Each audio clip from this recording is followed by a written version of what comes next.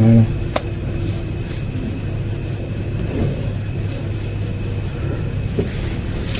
ಸ್ವಲ್ಪ ಬ್ರೀಫ್ ಮಾಡ್ಕೊಂಡು ಏನಂದರೆ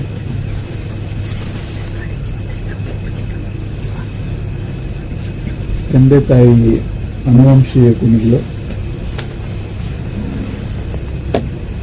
ತಾಯಿ ಗರ್ಭದಲ್ಲಿದ್ದಾಗ, ಮಗು ಗರ್ಭದಲ್ಲಿದ್ದಾಗ ತಾಯಿ ಭಾವಗಳು,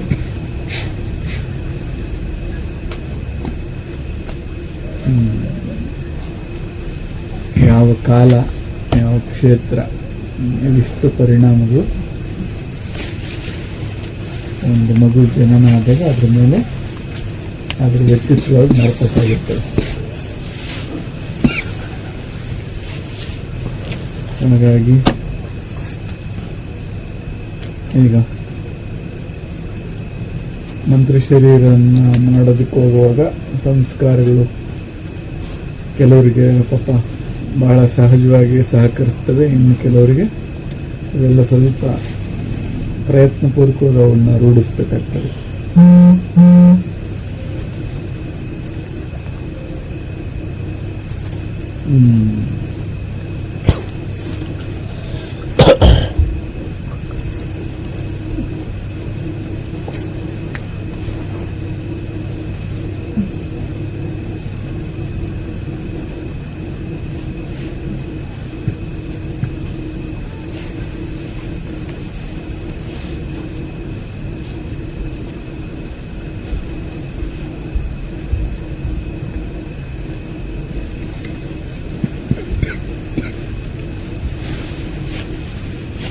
ಒಬ್ಬೊಬ್ಬರದೇ ಅಡಚಣೆಯನ್ನು ನಿವಾರಿಸ್ಕೊಳ್ಳುವಂಥದ್ದು ಬಹಳ ಕಷ್ಟ. ಇವೆಲ್ಲ ಅಂದರೆ ಈಗ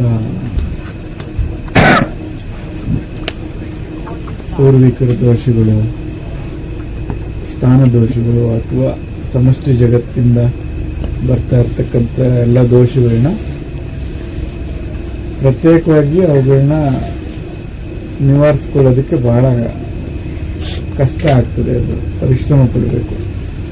ಸೊ ಇದೆಲ್ಲ ಜವಾಬ್ದಾರಿಯನ್ನ ಇಷ್ಟ ದೈವದ ಮೇಲೆ ಹಾಕ್ಬಿಟ್ಟು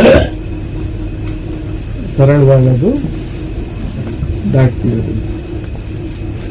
ಇಲ್ಲ ಅಂದ್ರೆ ಮತ್ತೆ ಆ ಆಚರಣೆ ಅದನ್ನ ಮಾಡೋದ್ರಲ್ಲೇ ಜೀವನ ಪೂರ್ತಿ ಮುಳುಗೋಗುತ್ತೆ. ಈಗ ಇಷ್ಟ ದೈವಗಳನ್ನ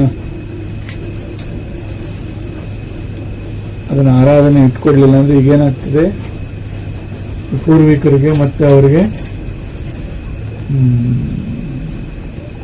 ಪಿಂಡ ಕೊಡುವಂಥದ್ದು ಅಥವಾ ಆ ಕಾರ್ಯ ಮಾಡುವಂಥದ್ದು ನಿರಂತರವಾಗಿ ಮಾಡ್ತಾನೆ ಇರಬೇಕಾಗುತ್ತೆ. ಮತ್ತೆ ಬೇರೆ ಬೇರೆ ದೋಷಗಳನ್ನ ಹೇಳಿದ್ವಿ, ಸ್ಥಾನದಿಂದ ಬರುವಂಥದ್ದು, ಮತ್ತೆ ಸಮಷ್ಟಿ ಜಗತ್ತು ಅಂದ್ರೆ ವಿಶ್ವಾಸ ಮತ್ತೆ ಅಲ್ಲಿ ನಡೆಯುವಂಥ ಕ್ರಿಯೆಗಳಿಂದ ಬರುವಂಥ ಸಮಸ್ಯೆಗಳು, ಇವನ್ನೆಲ್ಲ ಈಡೇರಿಸ್ಕೊಳ್ಳೋದ್ರೊಳಗಡೆ ಹೈರಾಣ ಆಗೋಗ್ತೀವಿ. ಅಂದ್ರೆ ಇವನ್ನ ನಿವಾರಿಸ್ಕೊಳ್ಳೋದ್ರೊಳಗಡೆ. ಸೊ ಇದೆಲ್ಲ ಜವಾಬ್ದಾರಿಯನ್ನ ಯಾವ್ದ್ರ ಮೇಲೆ ಹಾಕ್ತಾ ಇದ್ದೀವಿ? ಆರಾಧ್ಯ ದೈವಕ್ಕೆ. ಸೊ ಅದೇ ದೊಡ್ಡದು, ಅದಕ್ಕಿಂತ ದೊಡ್ಡದಿಲ್ಲ ಗುರು ಅಂತ. ಸೊ ಸ್ವಲ್ಪ ಜ್ಯೋತಿಷ್ಯ ಗೊತ್ತಿರೋರಿಗೆ ಇದನ್ನು ಬಿಡಿಸಿ ಹೇಳೋದಾದ್ರೆ, ಗುರು ಸ್ವಂತ ಮನೆಯಲ್ಲಿದ್ರೆ ಸಹಸ್ರ ದೋಷ ನಿವಾರಣೆ ಅಂತ.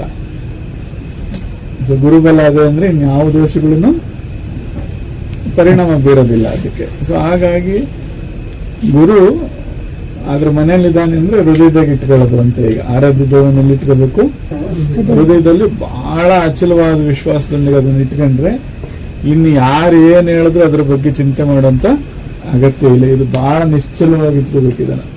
ಅದು ಏನೇ ನಮ್ಮ ದೋಷಗಳಿದ್ರು ಕಷ್ಟಗಳಿದ್ರು ಈಗ ಯಾರಲ್ಲಿ ನಿವೇದಿಸ್ಕೊತಾ ಇದ್ದೀವಿ ಇದನ್ನ ಆ ಗುರುಲ್ಲಿ ಅಚಲವಾಗಿ ವಿಶ್ವಾಸ ಇಟ್ಕೊಂಡ್ರೆ ಆ ಏಕನಿಷ್ಠೆಯಲ್ಲಿ ಇನ್ನು ಉಳಿದಂಥವು ನಮಗೆ ತಾವೇ ಪಕ್ಕಕ್ಕೆ ಹೋಗ್ತವೆ. ಮತ್ತೆ ಅದಕ್ಕಾಗಿ ತಲೆ ಕೆಡಿಸ್ಕೊಂಡು ಅವ್ರು ಹಿಂಗೆ ಹೇಳಿದ್ರು ಅಲ್ಲಿ ಇಲ್ಲಿ ಹೇಳಿದ್ರು, ಈಗ ಇನ್ಯಾರು ಹೇಳಿದ್ರು ಅಂತ ಅಲ್ಲಿಗೆ ಹೋಗ್ಬೇಕು ಇಲ್ಲಿಗೆ ಹೋಗ್ಬೇಕು, ಅಲ್ಲಿಗೆ ಹೋದ್ವಿ ಅದನ್ನ ಪರಿಹರಿಸ್ಕೊಳಕ್ ಹೋದ್ವಿ, ಬೇಡ. ಏನಪ್ಪ ಏನ್ ಮಾಡಿ ಮಧ್ಯೆ ಮಾತಾಡ್ಬೇಡಪ್ಪ, ಆ ಫ್ಲೋ ಹೋಗ್ಬಿಡ್ತದೆ. ಏನ್ ಮಾಡ್ತೀರ ಈಗ? ಸೊ ಇಷ್ಟನ್ನ ಆರಾಧಿದ್ದವನ್ನ ಅನುಷ್ಠಾನ ಮಾಡ್ಕೋಬೇಕು. ಈಗ ಮೊದಲನೇದಾಗಿ ಪರಿಣಾಮಗಳು ಹೇಳ್ತಾ ಬಂದ್ವಿ. ಏನಂತ?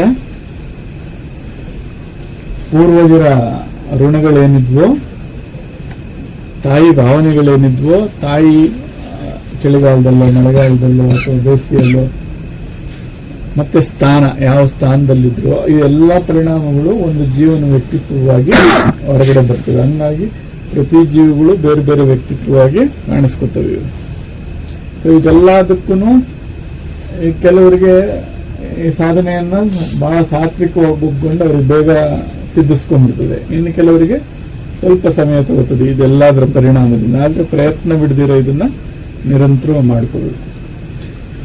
ಸೊ ಆ ಅವಸ್ಥೆ ಅಥವಾ ಆ ಮನಸ್ಥಿತಿ ಲಭಿಸಿದಾಗ ವರ್ಜ್ಯ ಅಂತ ನಾವು ಅದನ್ನ ಬಳಸಬೇಕು. ಅಂದ್ರೆ ನಿಷಿದ್ಧ, ಇದನ್ನು ಬಿಡಬೇಕಾಗಿದೆ ಅಂತ. ಎಲ್ಲರಿಗೂ ಅಲ್ಲ, ಯಾವಾಗ ಇವು ಪೂರಕವಾಗಿ ನಮಗೆ ಸಹಾಯ ಮಾಡದೆ ಹೋದಾಗ, ಬೆಳವಣಿಗೆಗೆ ಪೂರಕವಾಗಿ ಇಲ್ಲದೆ ಇದ್ದಾಗ. ಸೊ ಮೊದಲನೇದು ಅತಿಯಾದ ಆಹಾರ. ಅತಿಯಾದ ಆಹಾರ ವರ್ಜ್ಯ. ಅತಿಯಾದ ಆಹಾರ ಎಲ್ಲದನ್ನು ಪೋಷಣೆ ಮಾಡ್ತದೆ. ಅದು ಕಾಮ, ಕ್ರೋಧ, ಲೋಭ, ಮೋಹ, ಅಸೂಯೆ ಏನೇನು ಕರಿತೀರಿ ಇದೆಲ್ಲದನ್ನು ಪೋಷಣೆ ಮಾಡ್ತದೆ. ಅದನ್ನ ಎಷ್ಟು ಕೊಡಬೇಕು ಅಷ್ಟು ಕೊಡಬೇಕು. ಈಗ ನಾವು ಬರೀ ಮಾಂಸ ತಿಂದ್ರೆ ಮಾಂಸಾಹಾರ ಅಂತಲ್ಲ, ಅತಿಯಾಗಿ ತಿಂದ್ರೆ ಅದು ಮಾಂಸಾಹಾರ. ಸೊ ಅದೇನು ಪರಿಣಾಮ ಬೀರಬೇಕು ಅದೆಲ್ಲದನ್ನು ಉತ್ಪತ್ತಿ ಮಾಡ್ತದೆ. ಎರಡನೇದು ಅತಿಯಾದ ನಿದ್ರೆ ಕೂಡ. ಅತಿಯಾದ ನಿದ್ರೆ ಮಾಂಸಾಹಾರ ಅಥವಾ ವರ್ಜ್ಯ ಆಹಾರ ಏನಿತ್ತೋ ಅಷ್ಟೇ ಪರಿಣಾಮನ ನಿದ್ರೆ ಕೂಡ ಕೊಡ್ತದೆ, ಅತಿಯಾಗಿ ನಿದ್ರೆ ಮಾಡುವಂಥದ್ದು. ಸೊ ಇದು ಯಾವಾಗ ಮಾಡಬೇಕು ಅಂತ ಹೇಳ್ತಾ ಇದ್ದೀವಿ, ನಾವು ಮಾಡುವಂಥ ಸಾಧನೆಗಳು ಪೂರಕವಾಗಿ ಇಲ್ಲದೆ ಇದ್ದಾಗ. ಸೊ ನಾವೇನು ಮಾಡಿದ್ರು ನಮ್ಮಲ್ಲಿ ಆ ಬದಲಾವಣೆಗಳು ಕಾಣ್ತಾ ಇಲ್ಲ ಅಂತಂದಾಗ ಈಗ ಮಾತಾಡ್ತಾ ಇರೋವನ್ನು ಇವನ್ನ ಅಳವಡಿಸ್ಕೋಬೇಕಾಗ್ತದೆ. ಸೊ ಹಿಡ್ತಕ್ಕೆ ಇಲ್ಲ ಅಂತ ಅವಾಗ ಪ್ರಸ್ತಾಪ ಮಾಡಿದ್ವಿ, ಒಂದ್ಸಲಿ ಇರ್ತದೆ ಇರಲ್ಲ ಅಂತ. ವಾರಕ್ಕೆ ಕನಿಷ್ಠ ಒಂದು ದಿನ ಆಹಾರನ ವರ್ಜ್ಯ ಮಾಡೋದು ಕಲ್ತ್ಕೊಳ್ಬೇಕು. ಇವೆಲ್ಲ ಯಾರಿಗೆ ಪೂರಕವಾಗಿಲ್ಲ ಅನ್ನೋರ್ಗೆ ಅಷ್ಟೇ, ಎಲ್ಲಾರ್ಗು ಒಂದೇ ಕಾಮನ್ ಅಂತ ಮುಟ್ಟಬಾರದು. ಸೊ ಬಹಳ ಅಂತಃಕರಣಗಳು ಸಮಾಧಾನವಾಗಿದ್ದಾವೆ, ಶಾಂತವಾಗಿದ್ದೀನಿ, ಅದ್ಯಾವುದೇ ರೀತಿಯಲ್ಲೂ ನನಗೆ ನನ್ನನ್ನು ಅದು ಹಿಡಿತಲ್ಲಿ ತಗೊಳ್ತಾ ಇರೋಂಥ ಇಲ್ಲ ಅನ್ನೋರ್ಗೆ ಅದೇನು ಬೇಕಾಗಿಲ್ಲ. ಅಥವಾ ಅತಿಯಾದ ಆರೋಗ್ಯ ಕೆಡಿಸ್ಕೊಂಡಿರ್ಬೋದು, ಇವರೆಲ್ಲ ಇದನ್ನ ಮಾಡೋದು ಬೇಡ. ಈಗ ಎಲ್ಲ ಸುವ್ಯವಸ್ಥೆ ಜಾಸ್ತಿ ವ್ಯವಸ್ಥೆಗಳಾಗಿರೋದ್ರಿಂದ ಹಿಂಗಾಗಿದೆ ಅನ್ನೋರಿಗೆ ಏನಪ್ಪ, ಒಳ್ಳೆ ಆಹಾರ ಜಾಸ್ತಿ ಕೊಟ್ಟು ಹಂಗಾಗಿದೆ, ಚೆನ್ನಾಗಿ ನಿದ್ದೆ ಮಾಡಿ ಹಂಗಾಗಿದೆ. ಸೊ ಇವು ಅತಿಯಾಗಿದ್ರಿಂದ ಏನಾಗಿದೆ, ಇದು ಅಂತಃಕರಣಗಳ ಆಂದೋಲನಗಳು ಅಧಿಕವಾಗಿದ್ದಾವೆ ಎನ್ನುವರಿಗೆ ಇದನ್ನ ಮಾಡ್ಕೋಬೇಕು. ವಾರಕ್ಕೆ ಒಂದು ದಿನ ನಿರಾಹಾರನ್ನ ಮಾಡ್ಕೋಬೇಕು. ನಿರಾಹಾರ ಕನಿಷ್ಠ 3 ಗಂಟೆ, ಸಂಜೆ 3 ಗಂಟೆವರೆಗೂ. ಹಿಂದಿನ ದಿನ ಎಷ್ಟೊತ್ತಿಗೆ ಶುರು ಮಾಡ್ತೀರಾ, ರಾತ್ರಿ ಊಟ ಆದ್ಮೇಲೆ ಶುರುವಾಗಿರುತ್ತೆ. ನೆಕ್ಸ್ಟ್ ದಿನ ಕನಿಷ್ಠ 3 ಗಂಟೆವರೆಗೂ ನಿರಾಹಾರಗಳಾಗಿರುವಂಥದ್ದು. ಪ್ರಥಮದಲ್ಲಿ 1-2 ವಾರ ಸ್ವಲ್ಪ ಕಾಡ್ಬೋದು ಅದನ್ನ ರೂಢಿಸೋರಿಗೆ. ಅದನ್ನ ಒಂದು ದಿನ ಇಟ್ಕೊಟ್ರಿ. ಈಗ ಕೆಲಸ ಮಾಡೋಂಥವ್ರು ಬೇಕಾದ್ರೆ ಭಾನುವಾರ ಇಟ್ಕೋಬಹುದು, ಡೈಲಿ ಕೆಲಸಕ್ಕೆ ಹೋಗ್ತಿರಲ್ಲ ಅಂತವ್ರು. ಸೊ ಉಳಿದಂಥವ್ರು ಸ್ವಲ್ಪ ಶನಿವಾರ ಇಟ್ಕೊಂಡು, ಅದು ಬಹಳ ಪೂರಕವಾಗಿ ಕೆಲಸ ಮಾಡಿರೋದು ನೋಡಿದೀವಿ. ಅದನ್ನು ಶನಿವಾರ ಸಾಧ್ಯವಾದ್ರೆ ನಿರಾಹಾರ ಆಗಿರೋಂಥದ್ದು ಪ್ರಯತ್ನ ಮಾಡೋಂಥದ್ದು. ಮತ್ತೆ ಬೇಕು ಅಂದ್ರೆ ಸ್ವಲ್ಪ ಹಾಲಿನ ಜೊತೆಯಲ್ಲಿ ಬೆಲ್ಲ ಅಥವಾ ಸಕ್ಕರೆಯನ್ನ ತಗೋಬಹುದು. ತೀರಾ ಮಿತ್ರಣ ಆಗುತ್ತೆ, ಒಂದು ಸ್ವಲ್ಪ ಅಭ್ಯಾಸ ಆಗೋವರೆಗೂ ನೀರನ್ನು ತಗೋಬಹುದು. ಇದು ಸ್ವಲ್ಪ ಅಭ್ಯಾಸ ಆಯ್ತು ಅಂದ್ರೆ ಒಂದು ಹಂತದ ಸ್ಥಿಮಿತತ್ವ ಬರ್ತದೆ, ಆಲಸುವಿಕೆ ಉಂಟಾಗ್ತದೆ. ಇಲ್ಲಾಂದ್ರೆ ಕಿವುಡ್ತಾನೆ ಅಷ್ಟೇ, ಯಾರು ಹೇಳಿದ್ ಏನು ಕೇಳಿಸಲ್ಲ ಅವರಿಗೆ. ಏನ್ ಮಾಡ್ತಿರೋದು, ತನಗೆ ತಿಳಿದಂಗೆ ಮಾಡ್ತಾ ಇರ್ತದೆ ಅಷ್ಟೇ. ಎಲ್ಲದಕ್ಕೂ ಒಂದೊಂದು ಉತ್ತರ ಇಟ್ಕೊಂಡು, ಇದು ಅಹಂಕಾರ ಚಿಗುರೊಡೆದಿರೋಂಥ ಲಕ್ಷಣ. ಇದು ಕಿವುಡ್ತನ ಅಂತಕ್ಕಂಥದ್ದು ಅಹಂಕಾರ ಒಳಗಡೆ ಇದೆ ಅಂತ, ಬೇರೆ ಯಾರು ಹೇಳಿದ್ದು ಕೇಳಿಸ್ಕೊಳ್ಳಲ್ಲ. ಅದು ತನಗೆ ತಿಳಿದಂಗೆ ಮಾಡಕ್ ಶುರುವಾದ್ರೆ ಅದು ಪೂರ್ತಿ ಬೇರಿರೋದೆ ಅಹಂಕಾರ ಅಂತ.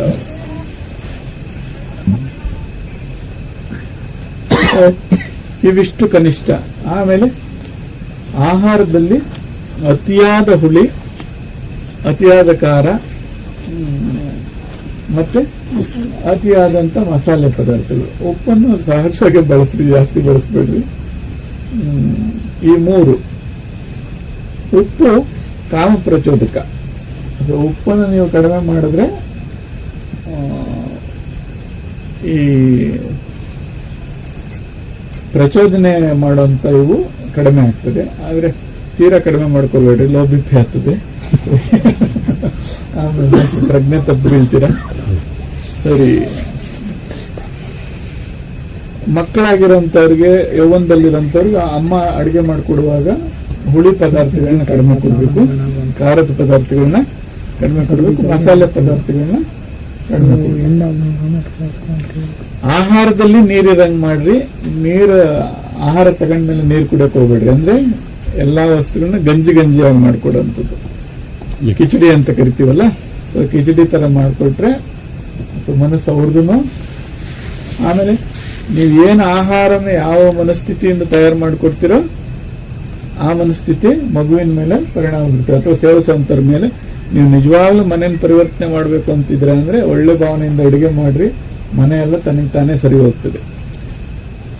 ಸೊ ಸ್ವಯಂ ಪಾಕ ಅಂತ ಕರಿತೀವಿ. ಅಂದ್ರೆ ಈಗ ನನ್ನ ಎಷ್ಟು ಜೀರ್ಣಾಂಗ ವ್ಯವಸ್ಥೆ ಎಷ್ಟದೆ, ಎಷ್ಟು ಆಹಾರ ತಿನ್ಬೇಕಾಗದೆ, ಇದೆಲ್ಲ ನಿಮಗೆ ಮಾತ್ರ ಗೊತ್ತಿರ್ತದೆ. ಈ ಬೇರೆಯವ್ರ ಆಹಾರ ಮಾಡಿಕೊಟ್ರೆ ಆಗಲ್ಲ. ಈಗ ನಿಮಗೆ ಪಾಪ ಅಜೀರ್ಣ ಆಗಿ ಸ್ವಲ್ಪ ಆಹಾರ ಸೇವಿಸ್ಬೇಕು ಅಂದ್ರೆ ನಿಮ್ ಭಾವನೆ ಇರ್ತದೆ. ಆದ್ರೆ ಮಾಡೋರು ಹೆಂಗ್ ಮಾಡಿಸ್ತಾರೆ? ಈಗ ಏನಾದ್ರು ತಗೋ ಚಪಾತಿ ತಿನ್ನು ಅಂತ, ತಗೋ ರೊಟ್ಟಿ ತಿನ್ನು, ಏನಾಗಬೇಕು ಪಾಪ ಶರೀರ.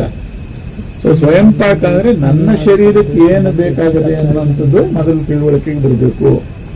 ಅದರ ಅರ್ಥ ನಿಮ್ಮ ಆಹಾರ ನೀವು ಮಾಡ್ಕೊಂಡ್ರಷ್ಟೇನೆ ಸಾಧಕರು ಅಂತ. ಬೇರೆಯವರ ಆಹಾರ ಮಾಡಿಕೊಂಡ್ರು ಕೂಡ ಸೊ ಆ ಮನಸ್ಥಿತಿ ಹಂಗಿದಾಗ, ಆದ್ರೆ ಸಾಧ್ಯತೆಗಳಿಲ್ಲ. ಈಗ ಅದನ್ನ ಪರಿವರ್ತನೆ ಮಾಡೋದು ಹೇಗೆ ಅಂತ. ಸೊ ಆಹಾರ ಸಿದ್ಧ ಆದ್ಮೇಲೆ ಅದು ಏನೇ ದೋಷಗಳಿದ್ರು ನೈವೇದ್ಯವನ್ನ ಅಥವಾ ಆ ಆಹಾರವನ್ನು ಸಮರ್ಪಿಸೋದ್ರ ಮೂಲಕ ಅದನ್ನ ಆ ದೋಷವನ್ನ ನಿವಾರಣೆ ಮಾಡಬೇಕು. ಈಗ ಅಡಿಗೆ ಮಾಡಿದ್ದಾದ್ಮೇಲೆ ಏನ್ ಮಾಡ್ಬೇಕು?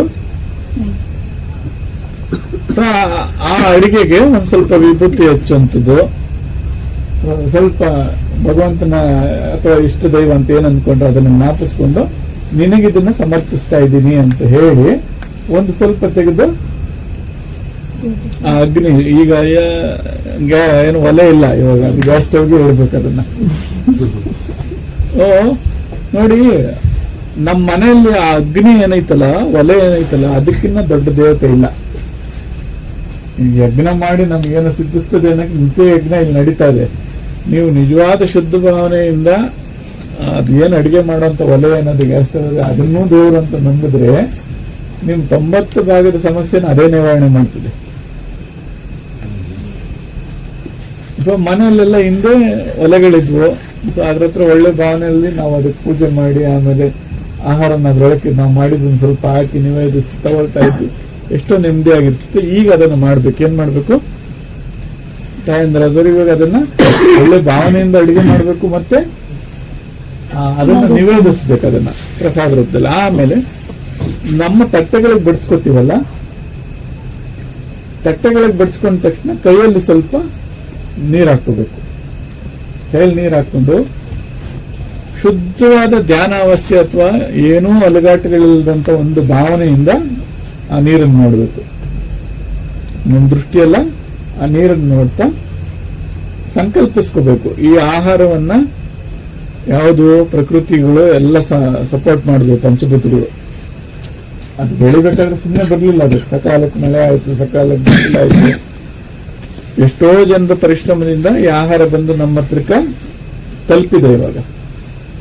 ಸೊ ಅದು ಅಡಿಗೆ ಮಾಡಿದವರಿಂದ ಅದನ್ನ ಏನಂತೀವಿ, ಬೆಳೆದು ಕೊಯ್ಲು ಮಾಡಿ ಇಲ್ಲಿವರೆಗೂ ಯಾರ್ಯಾರು ತಲುಪಿಸಿದಾರೋ ಇವತ್ತು ಈ ಶರೀರ ಪೋಷಣೆಗಾಗಿ ಪಾಪ ಪರಮಾತ್ಮ ರೂಪದಲ್ಲಿ ಬಂದದ್ದು ಇದು ನಮ್ಮ ಹತ್ರಕ್ಕೆ.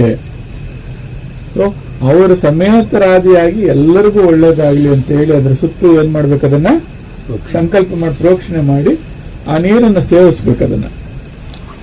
ಸೊ ಎಷ್ಟು ಭಾವ ಇರ್ಬೇಕಂದ್ರೆ ಈ ಜಗತ್ತಿನಲ್ಲಿ ಅತ್ಯಂತ ಪವಿತ್ರವಾದ ವಸ್ತು ಈ ಆಹಾರನೇ ಅಂತ. ಅದ್ರ ಬಗ್ಗೆ ಸಣ್ಣ ಮಟ್ಟದ ಏನ್ ಇದು ಮಾಡಿದೆ ಅದು ಮಾಡಿದೆ ಅಂತ ಅದು ಏನೇ ಇರ್ಲಿ, ಅದು ಏನಿದ್ರು ಹೇಗಿರ್ಬೇಕು ನಮ್ಮ ಭಾವನೆ, ಇನ್ನು ಇದಕ್ಕಿನ್ನ ಉನ್ನತವಾದಂತ ವಸ್ತು ಪ್ರಕೃತಿಯಲ್ಲಿ ಇಲ್ಲೇ ಇಲ್ಲ ಅನ್ನೋ ಭಾವದಲ್ಲಿ ಅದನ್ನು ಸ್ವೀಕರಿಸಬೇಕು. ಅವಾಗಷ್ಟೇ ಈ ಶರೀರದಲ್ಲಿ ನಿಜವಾದ ಮಾರ್ಪಾಟಾಗೋದಕ್ಕೆ ಸಾಧ್ಯ.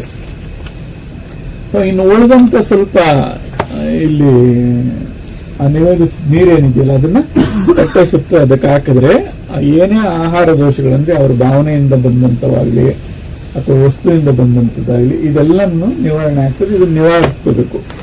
ಇಲ್ಲಿ ನಾವು ಊಟ ಎಲ್ಲ ಮಾಡ್ತಾ ಇರೋದು ಏನ್ ಮಾಡ್ತಾ ಇದೀವಿ? ಇದು ಪ್ರಸಾದವನ್ನು ಮಾಡ್ತಾ ಆ ಪದ ಹಂಗೆ ಬಳಸ್ಬೇಕು. ಪ್ರಸಾದ ಸ್ವೀಕರಿಸ್ತಾ ಇದೀವಿ. ಸೊ ಪ್ರಸಾದ ಸ್ವೀಕರಿಸೋದಕ್ಕೆ ಮುಂಚೆ ನಿವೇದಿಸ್ಬೇಕಲ್ಲ. ಸೊ ನಿವೇದಿಸುವಂಥದ್ದು ನನ್ನಲ್ಲಿರೋ ಪರಮಾತ್ಮ, ಎಲ್ಲರಲ್ಲಿರುವಂತ ಪರಮಾತ್ಮ. ಅಷ್ಟು ಜನರಿಂದ ತಾನೇ ಇದು ಬಂದಿರೋದು. ಸೊ ಈಗ ಸೃಷ್ಟಿ ಆದಾಗಲಿಂದ ಪ್ರಯತ್ನ ಮಾಡಿ ಈಗ ಆರೋಪ ಪಡ್ಕೊಂಡದ್ದು ಅದು.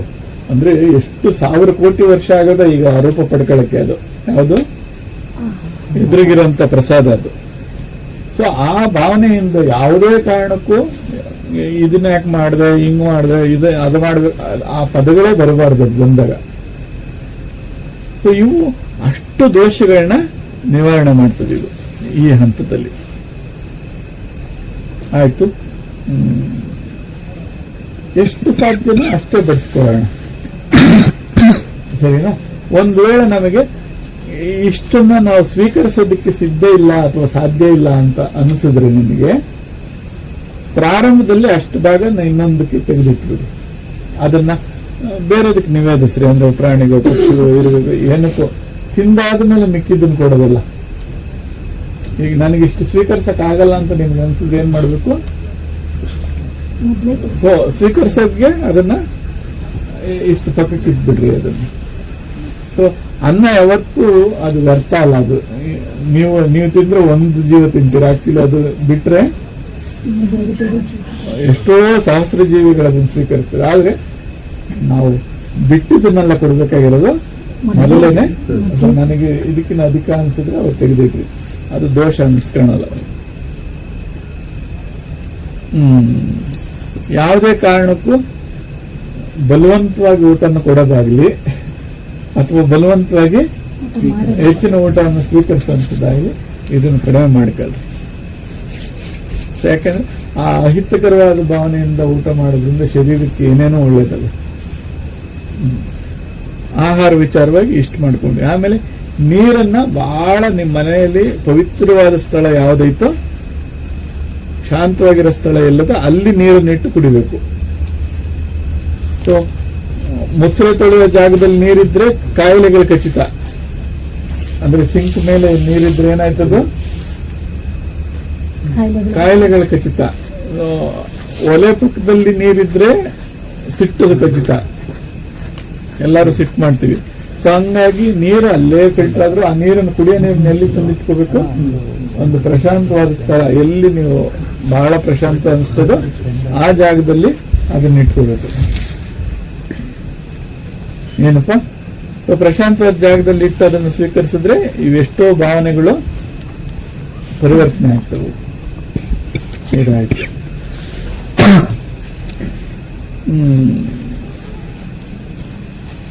ವಾರಕ್ಕೆ 1 ದಿನ ಉಪವಾಸ ಅಂತ ಹೇಳಿದ್ವಲ್ಲ. ಸೊ ಇದನ್ನು ಅನುಷ್ಠಾನ ಮಾಡೋದ್ರಿಂದ, ನಿರಾಹಾರಗಳಾಗಿರೋದ್ರಿಂದ ಎಷ್ಟೋ ಹಂತದ ಕ್ರೋಧ ಕಡಿಮೆ ಆಗ್ತದೆ.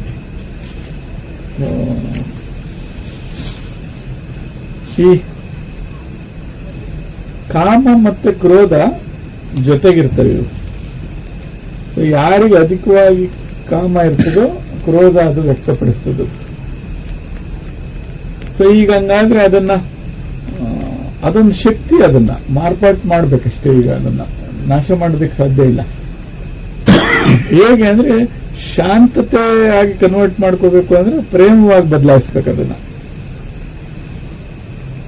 ಈಗ ಕಾಮದಿಂದ ಕ್ರೋಧ ಇದೆ ಅಂದ್ರೆ ಈಗ ಪ್ರೇಮದಿಂದ ಶಾಂತತೆ ಬರ್ತದೆ.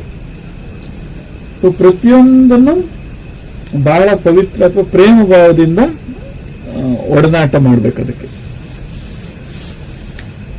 ಒಂದು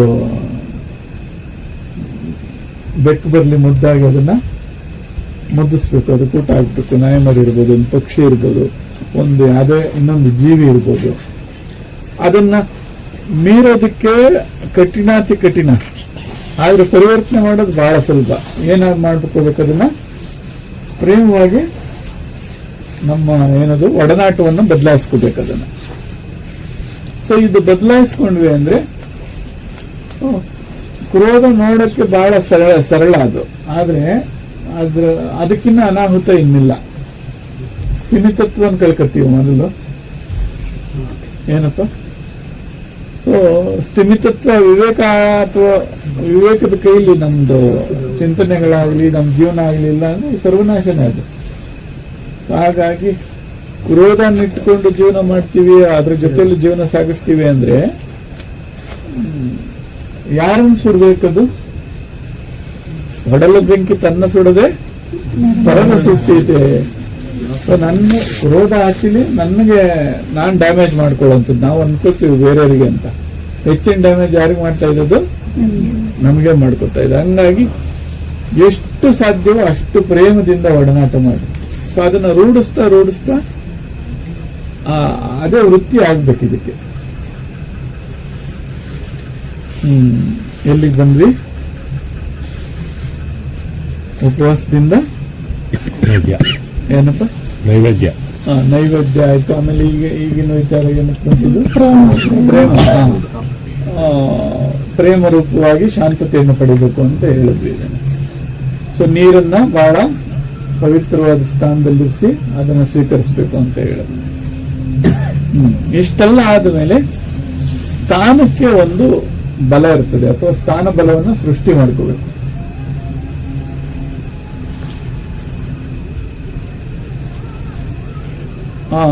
ಸ್ಥಾನಕ್ಕೆ ಒಂದು ಪರಿಣಾಮ ಇದೆ, ಅದರದ್ದು ಮಹತ್ವ ಇದೆ ಅಂತ ಗುರುತಿಸ್ಕೋಬೇಕು ಮೊದಲು. ನೋಡಿದಿರಾ? ಒಂದು ಕಾಸ್ಟಲ್ ಕಾರಲ್ಲಿ ಹತ್ತಿದ್ರೆ ಹೆಂಗಿರ್ತದೆ? ಹತ್ತಕ್ಕಿಂತ ಮುಂಚೆ ನಾವು ಚೆನ್ನಾಗೇ ಇರ್ತೀವಿ, ಹತ್ತಿದ ಮೇಲೆ ಏನೋ ಒಂದು ಗತ್ತು ಬರ್ತದೆ. ಸ್ಥಾನ ಪರಿಣಾಮ.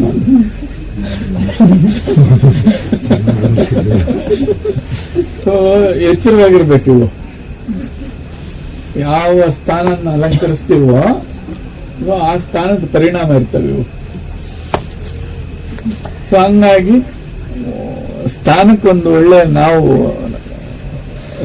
ಏನು ಸ್ಥಾನ ಬಲ ನಾವು ನಿರ್ಮಾಣ ಮಾಡ್ಕೋಬೇಕು. ಹಂಗಾಗಿ ನಾವು ಮಾಡುವಂತ ಸಾಧನೆ ಜಪ ಏನೇ ಇದ್ರೂ ಒಂದು ವ್ಯವಸ್ಥಿತವಾದ ಜಾಗವನ್ನ ಅದಕ್ಕಾಗಿ ಮೀಸಲಿಟ್ಕೊಂಡು ಅಲ್ಲಿ ಮಾಡಿಕೊಂಡ್ರೆ ಬಹಳ ಪೂರಕವಾಗಿದ್ದು ಇರ್ತದೆ. ಹಂಗಾಗಿ ಒಂದೇ ಸ್ಥಳದಲ್ಲಿ ಪ್ರತಿನಿತ್ಯ ನಾವು ಏನೇ ಈಗ ಜಪ ಕೊಡ್ತೀವೋ ಸಾಧನೆ ಕೊಡ್ತೀವೋ ಅದು ಅದೇ ಜಾಗದಲ್ಲಿ ಮಾಡ್ಕೊಳ್ಳೋ ಪ್ರಯತ್ನ ಮಾಡಿದ್ರೆ ಚೆನ್ನಾಗಿ ಆಗುತ್ತೆ.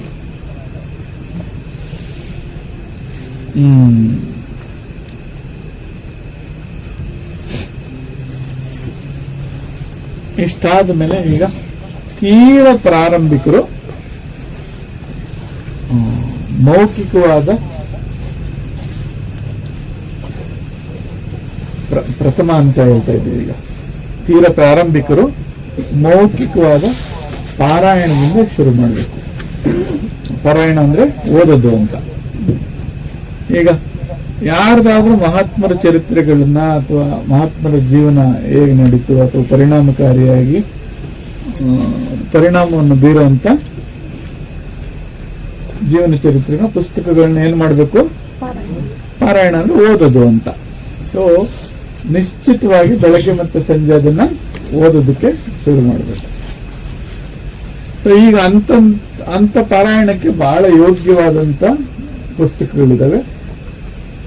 ನಾವು ಕಲ್ಪಿತ ಕಥೆಗಳನ್ನ ಓದೋದಕ್ಕಿಂತ ಜೀವಂತವಾಗಿರುವಂತವೇನಿದಾವೆ ಅಂಥವನ್ನು ಓದಿದ್ರೆ ಬಹಳ ಪರಿಣಾಮಕಾರಿಯಾಗುತ್ತದೆ. ಈಗ ರಾಮಕೃಷ್ಣರ ವಚನವೇದ ಇದೆ, ಶಾರದಾ ಮಾತೆ ವಚನವೇದ ಇದೆ, ಹಾಗೆ ಸಾಯಿ ಚರಿತ್ರೆ ಇದೆ. ನಿಮಗೆ ಈ ಇನ್ನೊಂದು ದಿನ ಗುರುಚರಿತ್ರೆ ಇದೆ, ಇನ್ನೊಂದು ದಿನ ಇದ್ದು ಬದುಕಿ ಆ ದೈವಿಕ ಹಂತದಲ್ಲಿ ಇದ್ದಂತ ಓದಂತ ಕಥೆಗಳನ್ನ ಆಧಾರವಾಗಿ ಇಟ್ಕೊಂಡು ಓದೋಣ. ಯಾಕಂದ್ರೆ ಇಲ್ಲ ಮತ್ತೆ ಅದು ಕಲ್ಪಿತ ಅನಿಸ್ತದೆ. ಈಗ ಹಂಗ ಬದುಕದಂತವ್ರ ಮಹಾತ್ಮರನ್ನ ಅದನ್ನ ಓದ್ತಾ ಅವ್ರ ಜೀವನ ನಮ್ಗೆ ಆದರ್ಶ ಆಗ್ತದೆ. ಅದು ಸ್ವಲ್ಪ ಆದ್ರೂ ನಮ್ಮ ಮೇಲೆ ಆಮೇಲೆ ಅವು ಸ್ವಲ್ಪ ಇದನ್ನು ಬಿಡಿಸಿ ಹೇಳೋದಾದ್ರೆ, ತಪಶಕ್ತಿ ಬೇರೆ ಬೇರೆ ರೀತಿಯಲ್ಲಿ ಕೆಲಸ ಮಾಡ್ತಾರೆ. ಈಗ ಮಹಾತ್ಮರಿದ್ರು, ಒಳ್ಳೆ ತಪಶಕ್ತಿ ಇತ್ತು ಅವರಿಗೆ, ಹಲವಾರು ಜನ ಶಿಷ್ಯಂದ್ರನ್ನ ಮಾಡ್ಕೊಂಡು ಅವ್ರನ್ನೆಲ್ಲ ಜೀವಂತ ಮೂರ್ತಿಗಳನ್ನಾಗಿ ಮಾಡಿ ಅವರ ಅಷ್ಟು ಕಲಿಕೆ ಏನಿದೆ ಅವ್ರನ್ನೆಲ್ಲ ಏನ್ ಮಾಡಿದ್ರು, ಜೀವಂತವಾಗಿಟ್ಟು ಕಾಲಕ್ಕೆ ಅದು ಮುಂದುವರಿಯಂಗ್ ಮಾಡಿದ್ರು. ಅದೇನದು, ಅದು ಯಾವ ಕಾರಣದಿಂದ? ಅವರ ತಪಶಕ್ತಿಯ ಪರಿಣಾಮ ಅದು. ಒಂದು ವೇಳೆ ಅವರ ಆ ಕೆಲಸ ಮಾಡಲಿಲ್ಲ ಅಂತ ಅನ್ಕೊಳ್ಳೋಣ, ಸೊ ಅವು ಗದ್ಯಗಳು ಪದ್ಯಗಳು ಆಗಿ ಸದಾ ಕಾಲಕ್ಕೂ ಅವು ಕೆಲಸ ಮಾಡ್ತವೆ. ಅಂದ್ರೆ ಅವರು ರಚನೆ ಮಾಡ್ತಾರೆ ಅವನ್ನು. ಕವಿತ್ವ ತಮ್ಮಲ್ಲಿ ಅದು ಉತ್ಪತ್ತಿ ಆಗೋಗ್ತದೆ, ಅದನ್ನು ರಚನೆ ಮಾಡಲೇಬೇಕಾದಂತ ಅನಿವಾರ್ಯ ಆಗ್ತದೆ. ಈಗ ಅಂತ ಮಹಾತ್ಮರ ಕೈವಾರ ತಾತವರ ತತ್ವಗೀತೆಗಳಿದ್ದಾವೆ, ಅಲ್ಲಮರ ವಚನ ಇದೆ. ಅದು ಓದಿದ್ರೆ ಅದು ಪರಿಣಾಮ ಬೀರದೇ ಇರೋದಕ್ಕೆ ಸಾಧ್ಯನೇ ಇಲ್ಲ. ಅದು ಅರ್ಥ ಆಗ್ತದೆ ಬಿಡ್ತದೆ. ಎರಡನೇದು, ಅವ್ರ ತಪಶಕ್ತಿ ಹೆಂಗದೆ ಈಗ, ಅದು ಗದ್ಯ ರೂಪ ಪದ್ಯ ರೂಪದಲ್ಲಿ ಅಕ್ಷರ ರೂಪದಲ್ಲಿ ಕುತ್ಕೊಂಡದೆ. ಈಗ ಅಷ್ಟು ಪರಿಣಾಮಕಾರಿಯಾಗದು ಕೆಲಸ ಮಾಡೇ ಮಾಡ್ತದೆ. ಹಂಗಾಗಿ ನಾವು ಪಾರಾಯಣದ ಅವರ ಒಂದು ಜೀವನ ಚರಿತ್ರೆಯನ್ನು ಓದ್ತಾ ಇದ್ದೀವಿ ಅಂದ್ರೆ ಅವ್ರ ತಪಶಕ್ತಿ ಆಕ್ಚುಲಿ ಅದು ಕ್ರಿಯಾರೂಪಕ್ಕೆ ಬರ್ತಾ ಇದೆ ಅಂತ. ಏನಮ್ಮ, ಈಗ ಪ್ರಾರಂಭ ಹಂತದಲ್ಲಿ ಏನ್ ಮಾಡ್ಬೇಕಿದನ್ನ, ಅಂತ ಸತ್ಪುರುಷರ ಚರಿತ್ರೆಗಳೇನಿದಾವೆ ಅವರ ಬಗ್ಗೆ ಇರುವಂತ ಒಂದು ಜೀವನದ ಘಟನೆಗಳೇನಿದಾವೆ ಅವನ್ನ ಪಾರಾಯಣ ಮಾಡೋದ್ರಿಂದ ಅವು ಎಷ್ಟೋ ಪರಿಣಾಮ ಬೀರ್ತವೆ ಇದ್ರ ಮೇಲೆ. ಸೊ ಅದನ್ನೇನ್ ಹೇಳ್ತಾ ಇದ್ವಿ, ತಪಶಕ್ತಿ ಹೇಗೆ ಅಂತ. ಸೊ ಕೊನೆಗೆ ಏನೂ ಮಾಡ್ಲಿಲ್ಲ, ಅವ್ರು ಏನೂ ಮಾಡದೆ ಹೋಗ್ಬಿಟ್ರು ಅಂದ್ರೆ ಅವು ತೀರ್ಥಕ್ಷೇತ್ರಗಳಾಗಿ ಸಾಕಷ್ಟು ಕಾಲಕ್ಕೆ ಪರಿಣಾಮ ಬೀರ್ತಾ ಇರ್ತವು. ಈಗ ಅವರು ಶಿಷ್ಯರನ್ನೂ ಮಾಡ್ಕೊಳ್ಳಿಲ್ಲ, ಗದ್ಯ ಪದ್ಯನೂ ರಚಿಸ್ಲಿಲ್ಲ ಅಂದ್ರೆ ಅದು ಸ್ಥಾನನೇ ಕ್ಷೇತ್ರವಾಗಿ ಆಗ್ತದೆ. ಸುಮ್ಮನೆ ಅಲ್ಲಿಗೆ ಹೋಗಿ ಬಂದ್ರೆ ಆ ಪರಿಣಾಮಗಳಾಗ್ತವು. ಈಗ ಇಲ್ಲಿ ಕೊಟ್ಟೂರೇಶ್ವರ ಇದೆ, ಅವ್ರು ಯಾರನ್ನೂ ಶಿಷ್ಯರು ಮಾಡ್ಕೊಂಡ್ರಲ್ಲ, ಬೋಧನೆ ಮಾಡ್ತಾರಲ್ಲ, ಈಗ ಅಲ್ಲಿ ಹೋಗಿ ಬಂದ್ರೆ ಅದ್ರ ಪರಿಣಾಮ ಇರ್ತದೆ. ಯಾಕೆ ಆ ತಪಶಕ್ತಿ ಪರಿಣಾಮ ಹಿಂಗೆ ಅದು ಲಯ ಆಗ್ಲೇಬೇಕು ಈ ರೀತಿಯಲ್ಲಿ. ಸೊ ಈಗೇನ್ ಮಾಡ್ತೀವಿ ನಾವು ಪಾರಾಯಣನ, ಇದು ಯಾರಿಗೆ ಅಂತ ಹೇಳ್ತಾ ಇದ್ದೀವಿ, ಬಹಳ ಪ್ರಾರಂಭಿಕರಿಗೆ. ಈಗ ನಾನು ಎಲ್ಲಿದ್ದೀನಪ್ಪ ಅಂತಂದ್ರೆ ಎಂಟ್ರಿ ಈಗ ಆಗ್ತಾ ಇದ್ದೀನಿ ಅನ್ನೋರೆಲ್ಲನೂ ಆಗ್ಲೇ ಹೇಳಿದ ಆಹಾರ ನಿಯಮಗಳು ಇವೆಲ್ಲದ್ರ ಜೊತೆಗೆ ಏನ್ ಮಾಡ್ಬೇಕೀಗ, ನಿಷ್ಠೆಯಿಂದ ಪಾರಾಯಣ ಮಾಡಲೇಬೇಕು. ಆ ಪಾರಾಯಣ ಹೇಗಿರ್ತದೆ ಅಂದ್ರೆ ಅವತ್ತು ಮಾಡಿದ ದಿನ ಯಾವುದೇ ಒಂದು ಸಮಸ್ಯೆಗೆ ಪರಿಹಾರ ಇದ್ದಂಗೆ ಇರ್ತದೆ. ನೀವು ನಿಜವಾಗೂ ನಿಷ್ಠೆಯನ್ನು ಮಾಡದೇ ಆದ್ರೆ ಅದು ಮಾಡಿದ ದಿನ ನನಗೆ ಪರಿಹಾರ ಸಿಕ್ತು. ಸರಿ, ನನಗೆ ಇದು ಯಾವುದ್ರಲ್ಲೂ ಆಸಕ್ತಿ ಇಲ್ಲ ಅಂತಂದ್ರೆ ಎಲ್ಲರಿಗೂ ಒಬ್ಬಂತ ಭಗವದ್ಗೀತೆ ಇದೆ, ಅದನ್ನು ಪಾರಾಯಣ ಮಾಡ್ರಿ, ಏನೋ ಒಂದು ಒಳಿತದೆ. ಆ ಕಾಲಕ್ಕೆ ಏನೋ ಒಂದು ಸ್ಫುರಿಸ್ತದೆ.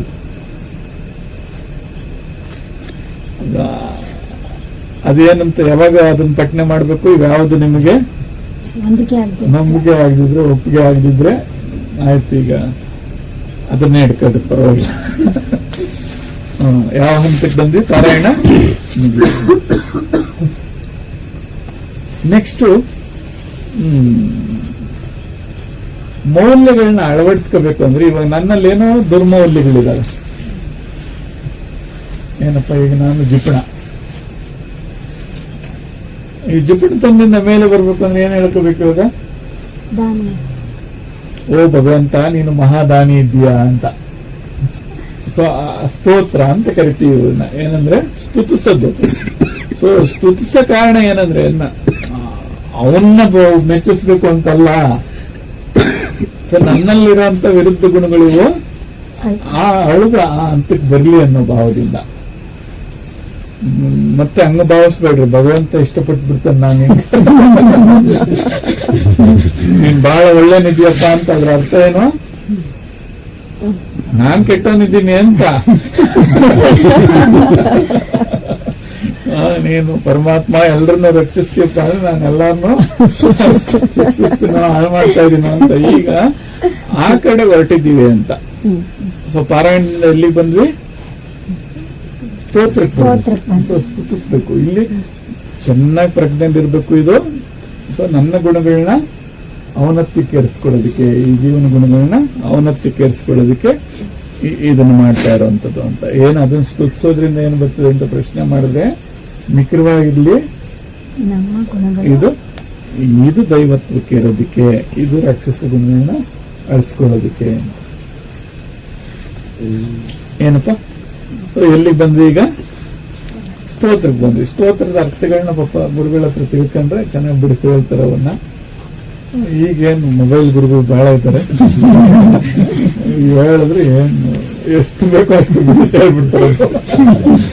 ಹೇಳೋರು ಬಹಳ ಜನ ಅವ್ರೆ, ಮಾಡೋದೊಂದು ಬೇಕಲ್ಲ ಪಾಪ, ಅದು ಮಾಡಕ್ಕಾಗಲ್ಲ, ನಾವು ಮಾಡ್ಬೇಕು. ಅದಾದ ಮೇಲೆ ಮುಂದಿನ ಹಂತಕ್ಕೆ ಶರೀರವನ್ನು ಶುದ್ಧತೆ ಭಾವದಿಂದ ಅಥವಾ ಶುದ್ಧ ಭಾವದಲ್ಲಿ ಮಾಡಿದ್ರೆ ಏನು ಆ ಭಾವ ಬರೋದಕ್ಕೂ ಅಥವಾ ಭಾವವನ್ನು ಸೃಷ್ಟಿಸ್ಲಿಕ್ಕೆ, ಕಲ್ಪಿಸ್ಲಿಕ್ಕೆ ಪೂಜೆ ಅಂತ ನೆಕ್ಸ್ಟ್. ಈಗ ಪೂಜೆ ಯಾವಾಗ ಮಾಡ್ತೀವಿ ಅಂದ್ರೆ ಶುದ್ಧತೆ ಭಾವ ಹೋಗ್ಲಿ ಅಂತ. ಈಗ ಸ್ನಾನ ಮಾಡ್ಕೋತೀರಾ ಏನಪ್ಪ, ಪೂಜೆ ಮಾಡಬೇಕು ಅನ್ನುವಂತ ಭಾವಕ್ಕೆ ಸಿದ್ಧರಾಗ್ತೀರಾ. ಅಲ್ಲಿ ಈ ಪೂಜೆ ಮಾಡ್ತಾ ಇರ್ತಕ್ಕಂಥದ್ದು ಇನ್ನೇನೋ ಕೋರಿಕೆ ಪಡಿಬೇಕು ಅಂತಲ್ಲ, ಆ ಶುದ್ಧ ಭಾವದಲ್ಲಿ ಉಳಿಬೇಕು ಅಂತ. ಮತ್ತೆ ಈಗಾಗಲೇ ಪಡೆದಿರೋದಕ್ಕೆ ಇಷ್ಟೆಲ್ಲ ಅವಕಾಶ ಸಿಕ್ತಲ್ಲ ಅಂತ ಒಂದು ಥ್ಯಾಂಕ್ಸ್ ಹೇಳ್ಕೊಳ್ಳೋ ಅಂತ ಕಾರ್ಯಕ್ರಮ ಅನ್ಕೊಂಡು ಮಾಡ್ಕೊಳ್ಳೋದು. ಈ ದೇವಸ್ಥಾನಕ್ಕೆ ಹೋಗ್ಬೇಕಾದ್ರೆ ಎಷ್ಟು ಸಿದ್ಧ ಆಗ್ತೀರಾ? ಸ್ನಾನ ಮಾಡಿ ನಾಳೆ ಕಾರ್ಯಕ್ರಮ ಐತೆ ಅಂತ ಹೇಳಿ ಒಂದು ದಿನದ ಶುದ್ಧತೆಯನ್ನು ಕಾಪಾಡ್ಕೊತೀರ ಅಲ್ಲಿ ಹೋಗ್ಬೇಕಲ್ಲ ಅನ್ನೋ ಕಾರಣದಿಂದ. ಹಂಗೆ ಪೂಜೆ ಮಾಡಬೇಕು ಅನ್ನೋದು ಬಂದ್ರೆ ಈ ಶರೀರವನ್ನ ಅಶುದ್ಧವಾಗಿರುವಂತ ಭಾವ ಅದರಿಂದ ಸ್ವಲ್ಪ ಔನ್ನತ್ಯಕ್ಕೇರಿಸ್ಕೊಳ್ಳೋದಕ್ಕೆ ಸಹಾಯ ಇದೆ. ಸೊ ಈಗ ಪಾರಾಯಣ ಆಗಿರ್ಬೋದು, ಸ್ತೋತ್ರ ಆಗಿರ್ಬೋದು, ಇಷ್ಟ ದೈವವನ್ನು ಕಲ್ಪಿಸ್ಕೊಂಡು ಅದ್ರ ಮುಂದೆ ಇದನ್ನ ಪೂಜೆ ಅಂತ ಮಾಡುವಂಥದ್ದು ಏನಪ್ಪ. ಸೊ 3ನೇ ಹಂತದಲ್ಲಿ ಪೂಜೆ ಬಂದು ಇದಾದ ಮೇಲೆ ಈಗ ಜಪ ಅಂತ. ಸೊ ಜಪ ಉಚ್ಚಾರಣೆಯಿಂದ ಮಾಡ್ತಕ್ಕಂಥ ಸ್ಥೂಲವಾಗಿರುವಂತ ಜಪ ಇದೆ, ಇನ್ನೊಂದು ಮನಸ್ಸಿನ ರೂಪದಲ್ಲೇ ಮಾಡ್ಕೊಳ್ಳತಕ್ಕಂಥ ಸೂಕ್ಷ್ಮವಾದಂತ ರೂಪ ಇದೆ. ಸೊ ಮೊದಲು ಸ್ಥೂಲ ರೂಪದಿಂದ ಶುರು ಮಾಡುವಂಥದ್ದು. ಈಗ ಏನೇನೋ ವೃತ್ತಿ ಮಾಡೋಂಥದ್ದನ್ನ ಏನ್ ಮಾಡ್ತೀರಾ, ಈಗ ಅದನ್ನ ಸ್ವಲ್ಪ ಹೆಸರಿನ ಜೊತೆ ಅದನ್ನ ಇಷ್ಟ ದೈವ ಅಂತ ಹೇಳಿದ್ರಲ್ಲ, ಇಷ್ಟ ದೈವಕ್ಕೆ ಏನ್ ಮಾಡ್ತೀರಾ, ಓಂಕಾರ ಮತ್ತೆ ನಮಃ ಅನ್ನ ಸೇರಿಸ್ಕೊಳ್ಳುವಂಥದ್ದು. ಈಗ ನಮಗೆ ಶಿವ ಇಷ್ಟ ಅಂತ ಅನ್ಕೊಳ್ಳೋಣ, ಏನ್ ಸೇರಿಸ್ಬೇಕು ಅದಕ್ಕೆ? ನಮ ಶಿವಾಯ. ಆ ನಮಃ ಮತ್ತು ಓಂಕಾರ ಸ್ವರೂಪವನ್ನ ಇಷ್ಟ ದೈವದ ಜೊತೆ ಸೇರಿಸ್ಕೊಂಡು ಸಾಧ್ಯವಾದ್ರೆ ಮಣ್ಣಿ ಇಟ್ಕೊಳ್ರಿ, ಇಲ್ಲ ನಿಮ್ಗೆ ಎಷ್ಟು ಹೇಳ್ಬೇಕು ಅನ್ಸ್ತದೋ ಅಷ್ಟನ್ನ ಹೇಳ್ಕೊಳ್ಳುವಂಥದ್ದು. ಸೊ ಬೇಕು ಅಂದ್ರೆ ಒಂದು ಪವಿತ್ರ ಭಾವನೆಯಿಂದ ಏನಪ್ಪ ಅದು ಮಣಿನ ಏನಂತೀವಿ, ಮತ್ತೆ ದುಃಖ ಪಡಬೇಡ್ರಿ. ಯಾರಾದ್ರೂ ಹೂವಿನಿಂದನೇ ಅರ್ಚನೆ ಮಾಡ್ಬೇಕು ಅನ್ನೋಂಥ ಭಾವನೆ ಇದ್ರೆ ಪಾರಿಜಾತದ ಗಿಡಗಳನ್ನ ಹಾಕೊಳ್ಬೇಕು. ಪಾರಿಜಾತದ ಹೂವು ಏನಂದ್ರೆ ಹೂ ಬೀಳ್ತದೆ ಕೆಳಗದು, ನೀವು ಕೀಳೋ ಅಂತ ಅಗತ್ಯ ಇಲ್ಲ. ಈಗ ಮತ್ತೆ ಹೂ ಗುರುಗಳು ಹೇಳುದು ಅಂತ ಹೇಳಿ ಮತ್ತೆ ಇನ್ನೊಂದು ಆ ಹೂ ಕಿತ್ಕೊಂಬಂದು ಈ ಪತ್ರ ಕಿತ್ಕೊಂಬಂದು ಅಂತ ಪಾಪ ಗಿಡಗಳಿಗಾಗಲಿ ಅಷ್ಟೊಂದು ತೊಂದರೆ ಮಾಡೋದು ಬೇಡ. ಏನೋ ಯಾರೋ ಹೂ ಮಾರ್ಕೆಟ್ ಅಲ್ಲಿ ಇದೆ ಅಂದ್ರೆ ಬೇಕಾದ್ರೆ ತಾಂಬರಿ, ನೀವು ಆ ಹೂ ಕೀಳಕ್ ಹೋಗ್ಬಿಡ್ರಿ. ಈಗ ಅವ್ರ ಜೀವನ ನಡಿಬೇಕಲ್ಲ ಪಾಪ, ಅದರಿಂದ ಅದು ಪೂರಕವಾಗಿದೆ ಅಂದ್ರೆ ಸರಿ. ಸೊ ಪಾರಿಜಾತದ ಹೂವು ಸಂಬಂಧನ ಕಳಿಸ್ಕೊಂಡು ಕೆಳಗೆ ಬೀಳ್ತದೆ. ಅದು ಸೊ ಬಹಳ ಪವಿತ್ರವಾದ್ದು. ಒಂದೊಂದು ಪುಷ್ಪ ಹಾಕ್ತಾ ಜಪ ಮಾಡ್ಕೊಳ್ತಾ ಹೋಗುವಂಥದ್ದು, ಹೆಸರು ಹೇಳ್ತಾ ಹೋಗುವಂಥದ್ದು. ಎಲ್ಲಿಗೆ ಬಂದ್ವಿ? ಮಂತ್ರಕ್ಕೆ ಬಂದ್ವಿ. ಮಂತ್ರಕ್ಕೆ ನಮಸ್ವರೂಪ ಸೇರಿಸ್ಕೋಬೇಕು, ಓಂ ಮತ್ತೆ ನಮ ಸೇರಿಸ್ಕೋಬೇಕು. ಅದರಿಂದ ಸ್ವಲ್ಪ ಇನ್ನೊಂದು ಉನ್ನತವಾದಂತ ಹಂತ ಅಂದ್ರೆ ಉಸಿರಿನ ಜೊತೆಯಲ್ಲಿ ಆ ಮಂತ್ರವನ್ನು ಬೆರೆಸ್ಬಿಡುವಂಥದ್ದು. ಏನ್ ಮಾಡ್ತೀರಾ, ಈಗ ಒಳಗಡೆ ಉಸಿರು ತಗೋಬೇಕಾದ್ರೆ ಓಂ ನಮಃ ಶಿವಾಯ ಅಂತ ತಗೊಳ್ಳೋದು. ಏನ್ ಸಂಕಲ್ಪ ಮೊದಲೇ ಮಾಡ್ಬಿಡ್ಬೇಕು, ಏನಂತ? ಒಳ್ಳೇದೆಲ್ಲ ಒಳಗಡೆ ಬರಲಿ, ಶುದ್ಧವಾಗ್ಲಿ ಶರೀರ ಅಂತ. ಒಂದು ಅಲ್ಪ ಸ್ವಲ್ಪ ಏನಾದ್ರೂ ಕೆಟ್ಟದ್ದು ಉಳಿದಿದ್ರೆ ಇದೆಲ್ಲ ಹೊರಗಡೆ ಹೋಗ್ಲಿ ಅಂತ ಓಂ ನಮಃ ಶಿವಾಯ ಅಂತ ಅಂದ್ಕೊಂಡು ಜಪ ಮಾಡೋದು. ಸೊ ಇವು ಸ್ಥೂಲ ಮತ್ತೆ ಸೂಕ್ಷ್ಮ ರೂಪ ಅಂತ ಇದೆರಡಾಗ್ತದೆ. ಇದು ಮಾಡ್ತಾ ಮಾಡ್ತಾ ಮಾಡ್ತಾ ಮಾಡ್ತಾ ಮಾಡ್ತಾ ನೀವು ಜಾಗರದಲ್ಲಿರ್ಲಿ ಸ್ವಪ್ನದಲ್ಲಿರ್ಲಿ ತನ್ಪಾಡಿ ತನ್ನದು ಮಾಡ್ಕೋತಾನೆ ಇರ್ತದೆ. ಈ ಎಣಸಂತದೆಲ್ಲ ಏನಾಯ್ತಿದೋ ಬರೀ ಎಚ್ಚರಿಕೆಯಲ್ಲಿದ್ದಾಗ ನಡೀತದೆ. ಸೊ ಅದಕ್ಕಿಂತ ಸೂಕ್ಷ್ಮ ರೂಪದಲ್ಲಿ ಮಾಡುವಂತ ಇದೇನಾಗ್ತದೆ, ನಿದ್ರೆಯಲ್ಲೂ ಕೂಡ ನಡೆಸ್ತದೆ, ಅದ್ರ ಪಾಡಿಗೆ ಅದು ನಡೀತಾ ಇರ್ತದೆ. ಅಭ್ಯಾಸ ಆಗ್ಬಿಟ್ಟು ಇದು ನಿರಂತರವಾಗಿ ನಡೆದಿದ್ದೇ ಆದ್ರೆ, ಸೊ ಈ ಶರೀರದಲ್ಲಿರುವಂತ ಎಷ್ಟೋ ಮಾಂಸದಿಂದ ಉತ್ಪತ್ತಿ ಆಗುವ ಈ ಗುಣಗಳೇನಿದೆಯೋ ಮಂತ್ರ ಶರೀರವಾಗಿ ಮಾರ್ಪಾಟಾಗ್ತದೆ. ಇಷ್ಟನ್ನ ಕನಿಷ್ಠ ನಿರಂತರವಾಗಿ ಮಾಡ್ಬೇಕು. ಇದೇನಿದು ಫಸ್ಟ್ ಸ್ಟೇಜ್. ಸೊ ನಾನು ಇವೆಲ್ಲ ಸ್ಕಿಪ್ ಮಾಡ್ತೀನಿ ಅಂತ ಹೇಳಂಗಿಲ್ಲ. ಏನಪ್ಪ, ಇಲ್ಲಿಂದ ಸ್ಟಾರ್ಟ್ ಮಾಡ್ಬೇಕು. ರೆಕಾರ್ಡ್ ಇದೆ, ಸೊ ಇಷ್ಟನ್ನು ಮತ್ತೆ ಕೇಳಿ ಸುಮ್ಮನೆ ಅಂದ್ಕೊಂಡ್ಬೇಡ್ರಿ. ಓವರ್ ಕಾನ್ಫಿಡೆನ್ಸ್ ಇಂದ ನಾನೆಲ್ಲ ಆಗ್ಬಿಟ್ಟಿದ್ದೀನಿ ಅಂತ ಅಂದ್ಕೊಳ್ಳೋದು ಬೇಡ. ಸೊ ಪರೀಕ್ಷೆಗೆ ಒಂದ್ಸಲಿ ಪ್ರಯತ್ನ ಮಾಡ್ಕೊಂಡು ಇಷ್ಟಕ್ಕಂತೂ ಸಿದ್ಧ ಆಗ್ಬೇಕು. ಇದು ಒಂದು ಹಂತದ ಏನಂದ್ವಿ, ಮಾಂಸ ಶರೀರವನ್ನ ಮಂತ್ರ ಶರೀರ ಮಾಡುವಂತ ಮೊದಲನೇ ತಯಾರಿ. ಸೊ ಹಂತವಾಗಿ ಹೇಳ್ಕೊಂಬಂದ್ವಲ್ಲ, ಇಲ್ಲಿ ಎಲ್ಲ ನೆನಪಿದ್ದಾನೆ. ಈಗ ಹೇಳ್ತು ನೋಡೋಣ,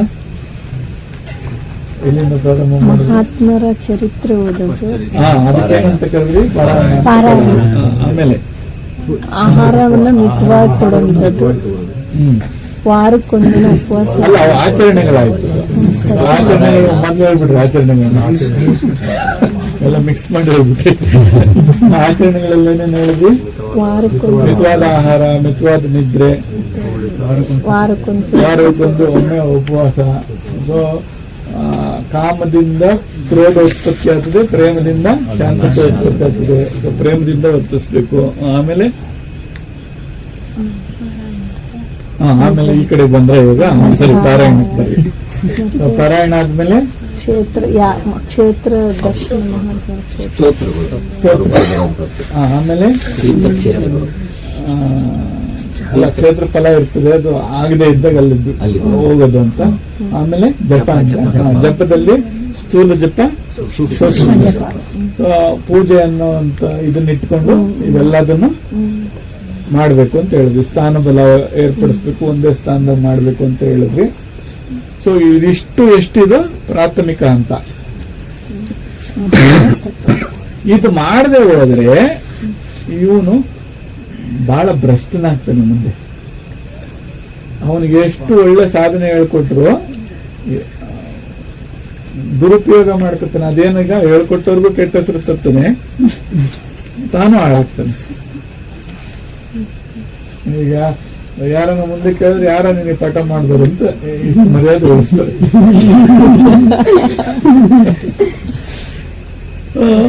ಈ ಹಂತಕ್ಕೆ ಪ್ರಥಮವಾಗಿ ಸಿದ್ಧ ಆದ್ರೆ ಈಗ ಮುಂದಿನ ಹಂತ ಏನು ಹೇಳಿದ್ವಮ್ಮ? ಇದು ಗ್ರಹಿಕೆ, ಎಚ್ಚರಿಕೆ. ಸೊ ಇವನ್ನೆಲ್ಲ ಇವು ಬಹಳ ಸೂಕ್ಷ್ಮವಾಗಿ ಮುಂದೆ ಹೋಗೋಣ. ಈಗ ಇದ್ರಲ್ಲಿ ಏನೋ ನಮ್ಮ ಮತ್ತೆ ಸಂಶಯಗಳು ಉಳ್ದವ? ಈಗ ಎರಡು ಮಾಡೋಣ. ಇದನ್ನ ಬಹಳ ಸ್ಪಷ್ಟವಾಗಿ ಹೇಳೋದಾದ್ರೆ, ದೇವಸ್ಥಾನದಾಗಿರೋ ದೇವ್ರನ್ನ ಮನೆ ಕರ್ಕೊಂಬರ್ರಿ.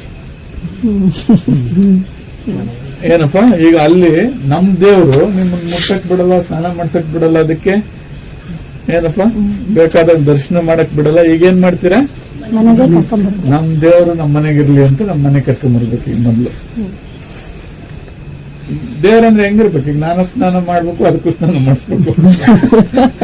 ನಾನು ಊಟ ಮಾಡ್ಬೇಕು, ಅಲ್ಲ ಫಸ್ಟ್ ಅದಕ್ಕೆ ಊಟ ಮಾಡಿಸ್ಬೇಕು, ತೆಗ್ದಿರತ್ತ ಅಪ್ಪ ತಿನ್ನಲ್ಲ. ಅದ್ರ ಹೆಸರು ಹೇಳ್ಕೊಂಡನ ತಿನ್ಬೇಕು. ಹಿಂಗೆ ವಿಶೇಷ ಎಷ್ಟು ಚೆನ್ನಾಗಿರ್ತದ ಅದು. ಹೌದು. ಏನಪ್ಪ, ಏನೋ ವರ್ಷಕ್ಕೊಂದ್ಸಲಿ ಅಭಿಷೇಕ ಮಾಡಿಸ್ತೀನಿ ಅಂತ ಖುಷಿ ಪಡೋದು. ದಿನಾ ನೈವೇದ್ಯಿಸ್ತೀನಿ ಅಂದ್ರೆ ಮನೆಗಿರೋ ದೇವತೆ ನೀವು ಏನು ಸಹಸ್ರ ದೋಷಗಳಿದ್ರೆ ಎಲ್ಲ ಅದೇ ನಿವಾರಿಸ್ತದೆ, ಅದು ಏನೇ ಇರಲಿ ಅದು. ಆಮೇಲೆ ಆ ದೇವ್ರು ಈ ದೇವ್ರು ಅಂತ ಅದ್ರಲ್ಲಿ ಮತ್ತೆ ಕನ್ಫ್ಯೂಸ್ ಆಗ್ಬೇಡ್ರಿ. ಏನಂತ ಅನ್ಕೋಬೇಕು, ಎಲ್ಲ ಒಂದು ಎಲ್ಲಾ ಒಂದೇ ದೇವ್ರೇ.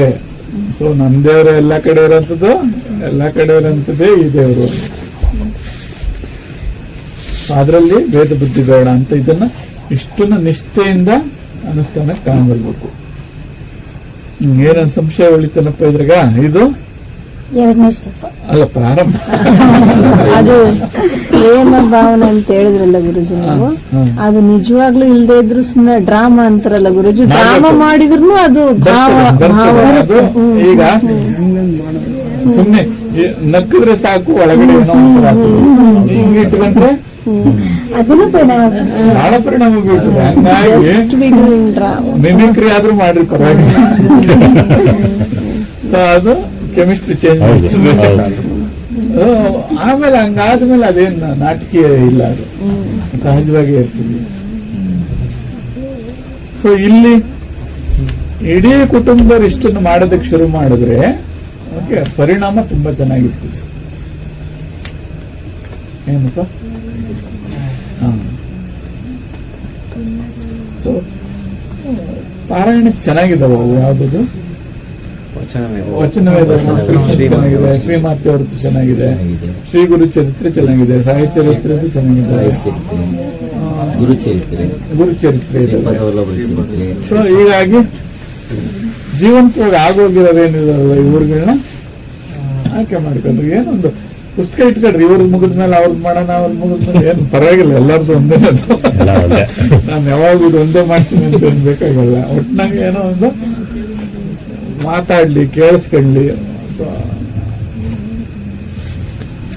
ಸೊ ಇದು ಬಹಳ ಮಾಂಸ ರೂಪವಾಗಿರೋಂಥದ್ದು ಕನಿಷ್ಠ ಮಂತ್ರ ರೂಪಕ್ಕೆ ಬರಲಿ.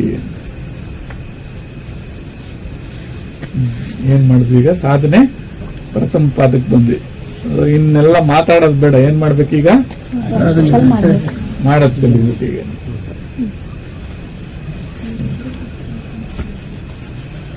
ಆಮೇಲೆ ಮಂತ್ರ ಹೆಂಗ್ ಹೇಳ್ಬೇಕು, ಕುತ್ಕೊಳ್ಳೋದು ಹೆಂಗ್ ಕುತ್ಕೋಬೇಕು, ಇವೆಲ್ಲ ತಲೆ ಕೆಡಿಸ್ಕೋಬೇಡ್ರಿ. ನಿಮಗೆ ತಿಳಿದಂಗ್ ಮಾಡ್ರಿ. ಅದು ಹಂಗೆಲ್ಲ ಮಾಡೋದು ನನಗೆ ತಿಳಿದಂಗ್ ಮಾಡ್ತೀನಿ, ಹೋಗ ನಾನ್ ಮಾಡೋದು ನೀನ್ ಯಾರು ಹೇಳೋದು ಅಂತ ಹಿಂಗೆ ಹೇಳ್ರಿ. ನೀನ್ ಹೇಳಿ ಹೇಳಿ ಸಾಕಾಗೋದಿಲ್ಲ. ಏನಪ್ಪ? ಅಲ್ಲ, ಹಿಂಗ್ ತೆಗೆದೇ ನೀವು ಓದಿಸ್ಬೇಕು, ಹಿಂಗ್ ಕೊಟ್ಟು ಊಟ ಮಾಡಲ್ಲ.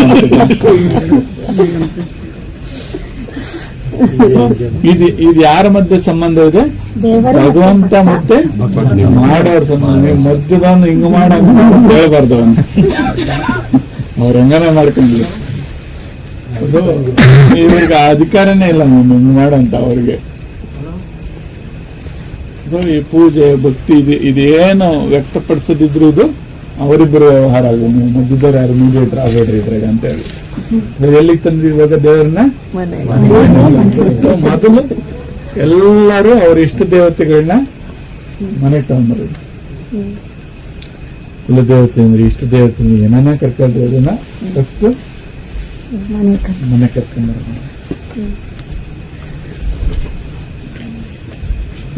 ಆಮಿಷಗಳಾಗ್ಲಿ, ಹೆದರಿಕೆಗಳಾಗ್ಲಿ, ಇದು ಯಾವುದಕ್ಕೂ ಮಾರೋಗ್ಬಿಡ್ರಿ.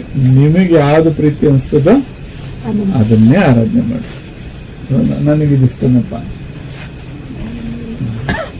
ಆಯ್ತಾ. ಆಮೇಲೆ ಈಗ ಮುಂದೆ ಏನಪ್ಪ ಸಂಶಯ ಹೇಳಿದ್ವಪ್ಪ ಇದರಲ್ಲಿ? ರೆಡಿ ಅಂತ ಕ್ಲಾರಿಟಿ.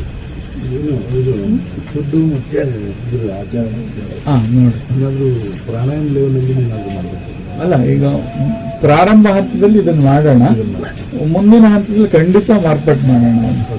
ಆದ್ರೆ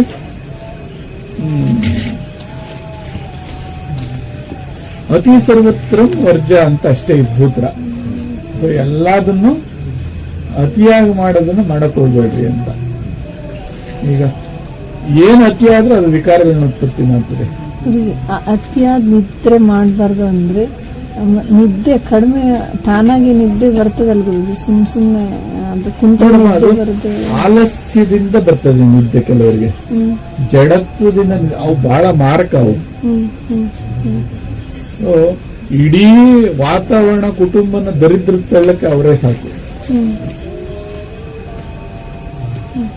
ಅದು ಬಹಳ ಗಂಭೀರವಾಗಿ ತಗೋಬೇಕು ಅದನ್ನ. ಸೊ ಹಂಗಾಗಿ ಹಗಲು ನಿದ್ರೆ ನಿಷಿದ್ಧ, ಅಥವಾ ಆ ಸಮಯನ ಬಿಟ್ಟು ಮಾಡುವಂತ ನಿದ್ರೆಗಳು ನಿಷಿದ್ಧ ಅಂತ.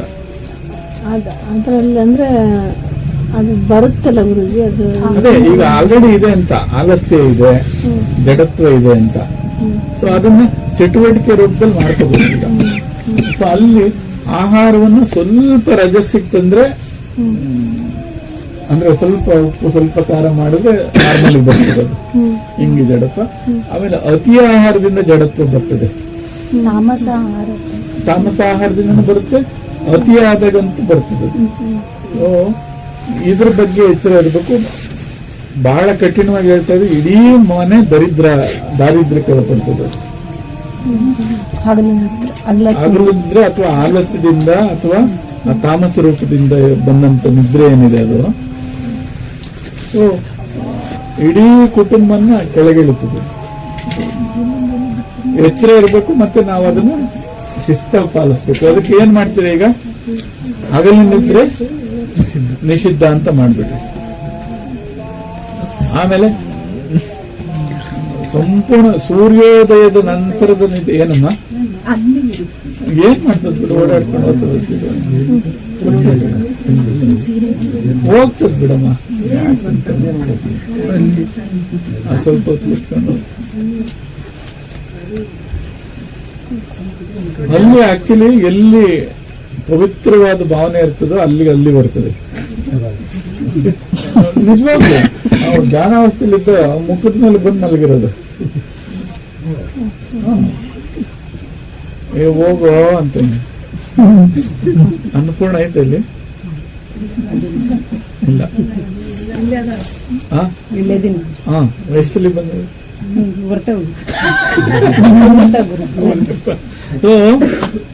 ಅಲ್ಲಿ ಮುಖದ ಮೇಲೆ ಬಿದ್ದದೆ ಬಹಳ ಪವಿತ್ರವಾದ ಧ್ಯಾನಾವಸ್ಥೆ.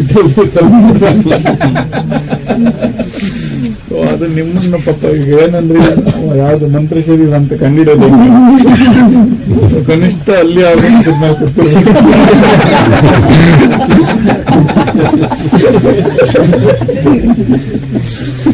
ಈಗ ಆವಂತೂ ಬರಕ್ ಸಾಧ್ಯ ಇಲ್ಲ,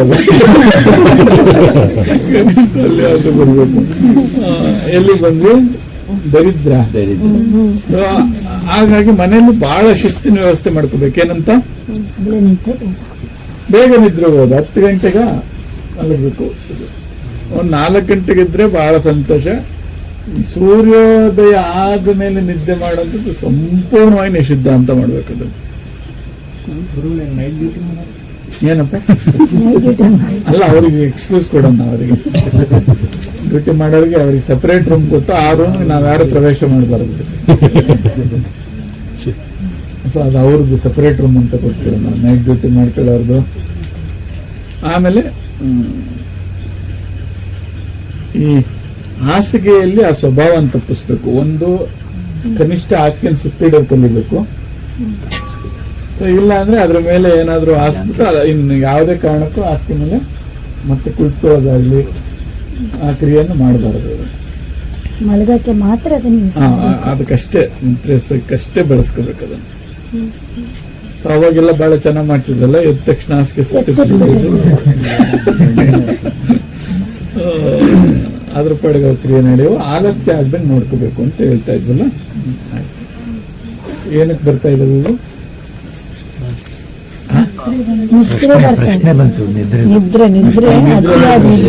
ಇನ್ನೇನಾದ್ರೂ ಸಂಶಯ ಇದೆ ಅಂತ ಕೇಳಿದಕ್ಕಲ್ವಾ. ಸೊ ಆಮೇಲೆ ಈಗ ಆಹಾರಕ್ಕೆ ಬೇಕಾದಾಗ್ಲಿ ಮನೆಯಲ್ಲಿ ಅವಕಾಶ ಇದ್ದಾಗ ಬಿಸಿ ಬಿಸಿಯಾದ ಆಹಾರ ಅಷ್ಟೇ ಊಟ ಮಾಡಬೇಕು ಅಂತ. ಸೊ ಕನಿಷ್ಠ 3/4 ಗಂಟೆ ಒಳಗಡೆ ಅದನ್ನ ಆಹಾರನ ಸೇವಿಸ್ಬಿಡ್ಬೇಕು ತಯಾರಾಗಿ. ಅಯ್ಯೋ ಉಳಿತದೆ, ಇದೇನ ಆಗ್ತದೆ, ಉಪಯೋಗಕ್ಕೆ ಬರ್ತದೆ, ಇವೆಲ್ಲ ಪಕ್ಕಿಡ್ರಿ.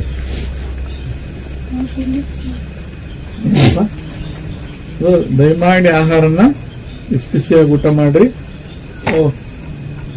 ಆ ರಜಸ್ಸು ತಮಸ್ಸಿನಿಂದ ಉತ್ಪತ್ತಿ ಆಗುವಂತ ಎಷ್ಟೋ ಇವುಗಳು ಕಡಿಮೆ ಆಗುತ್ತೆ ಅದರಿಂದ. ಪರಿಣಾಮ ನೋಡಿರಂತೆ ನಮಗೆ ಗೊತ್ತಾಗ್ತದೆ. ಇದಾದ್ಮೇಲೆ ಮುಂದಿನ ಹಂತದಲ್ಲಿ ಅಲ್ಲ ಇನ್ನು ಇದನ್ನ ಆಚರಣೆಗಳನ್ನ ಇವನ್ನ ಸ್ವಲ್ಪ ತಯಾರು ಮಾಡ್ಕೋಬೇಕು. ಮುಂದೆ ಏನಂದ್ರಪ್ಪ ಈಗ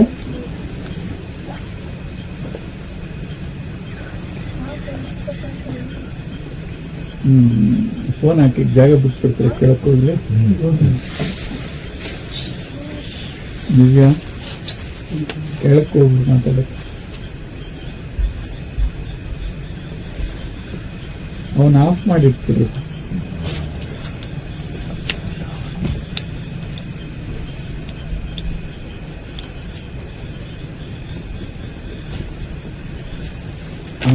ಎಲ್ಲಿಗೆ ಬಂದ್ರಿ?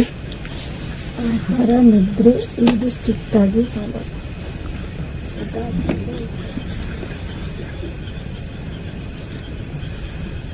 ಸೊ ದಾರಿದ್ರ್ಯಕ್ಕೆ ಇದಂತಾಯ್ತು. ಆಮೇಲೆ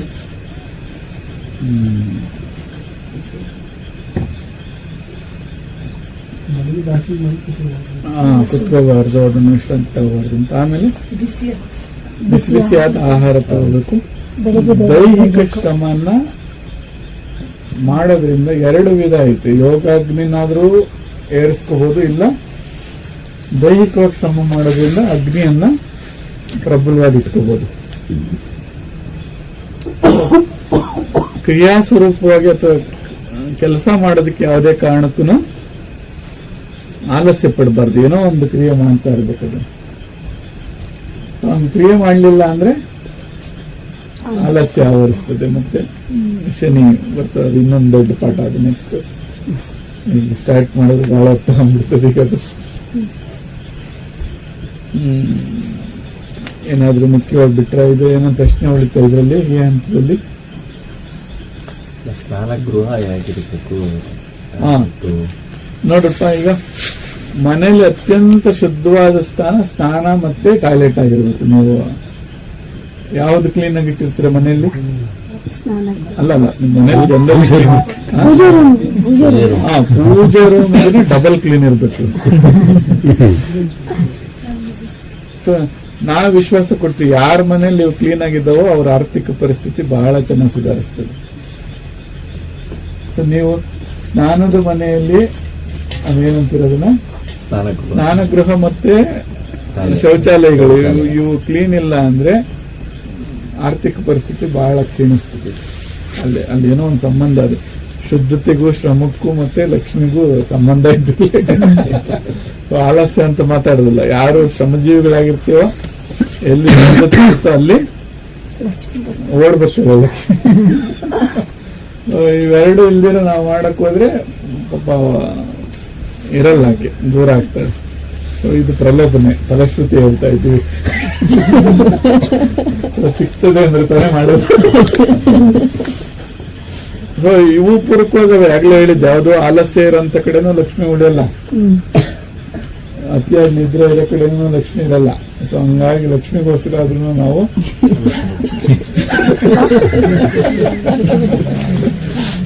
ಬೇಕು ಪಾಪ, ಇಲ್ಲ ಅಂದ್ರೆ ಕೆಲಸ ನಡೆಯಲ್ಲ. ಈಗ ಆಯ್ತು. ಆಮೇಲೆ ಎಲ್ಲಿಗೆ ಬಂದಪ್ಪ ಈಗ?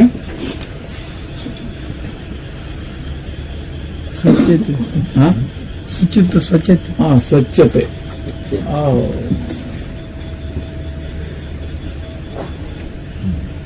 ಸ್ನಾನನ ಎಷ್ಟೊತ್ತು ಮಾಡ್ತೀರಾ?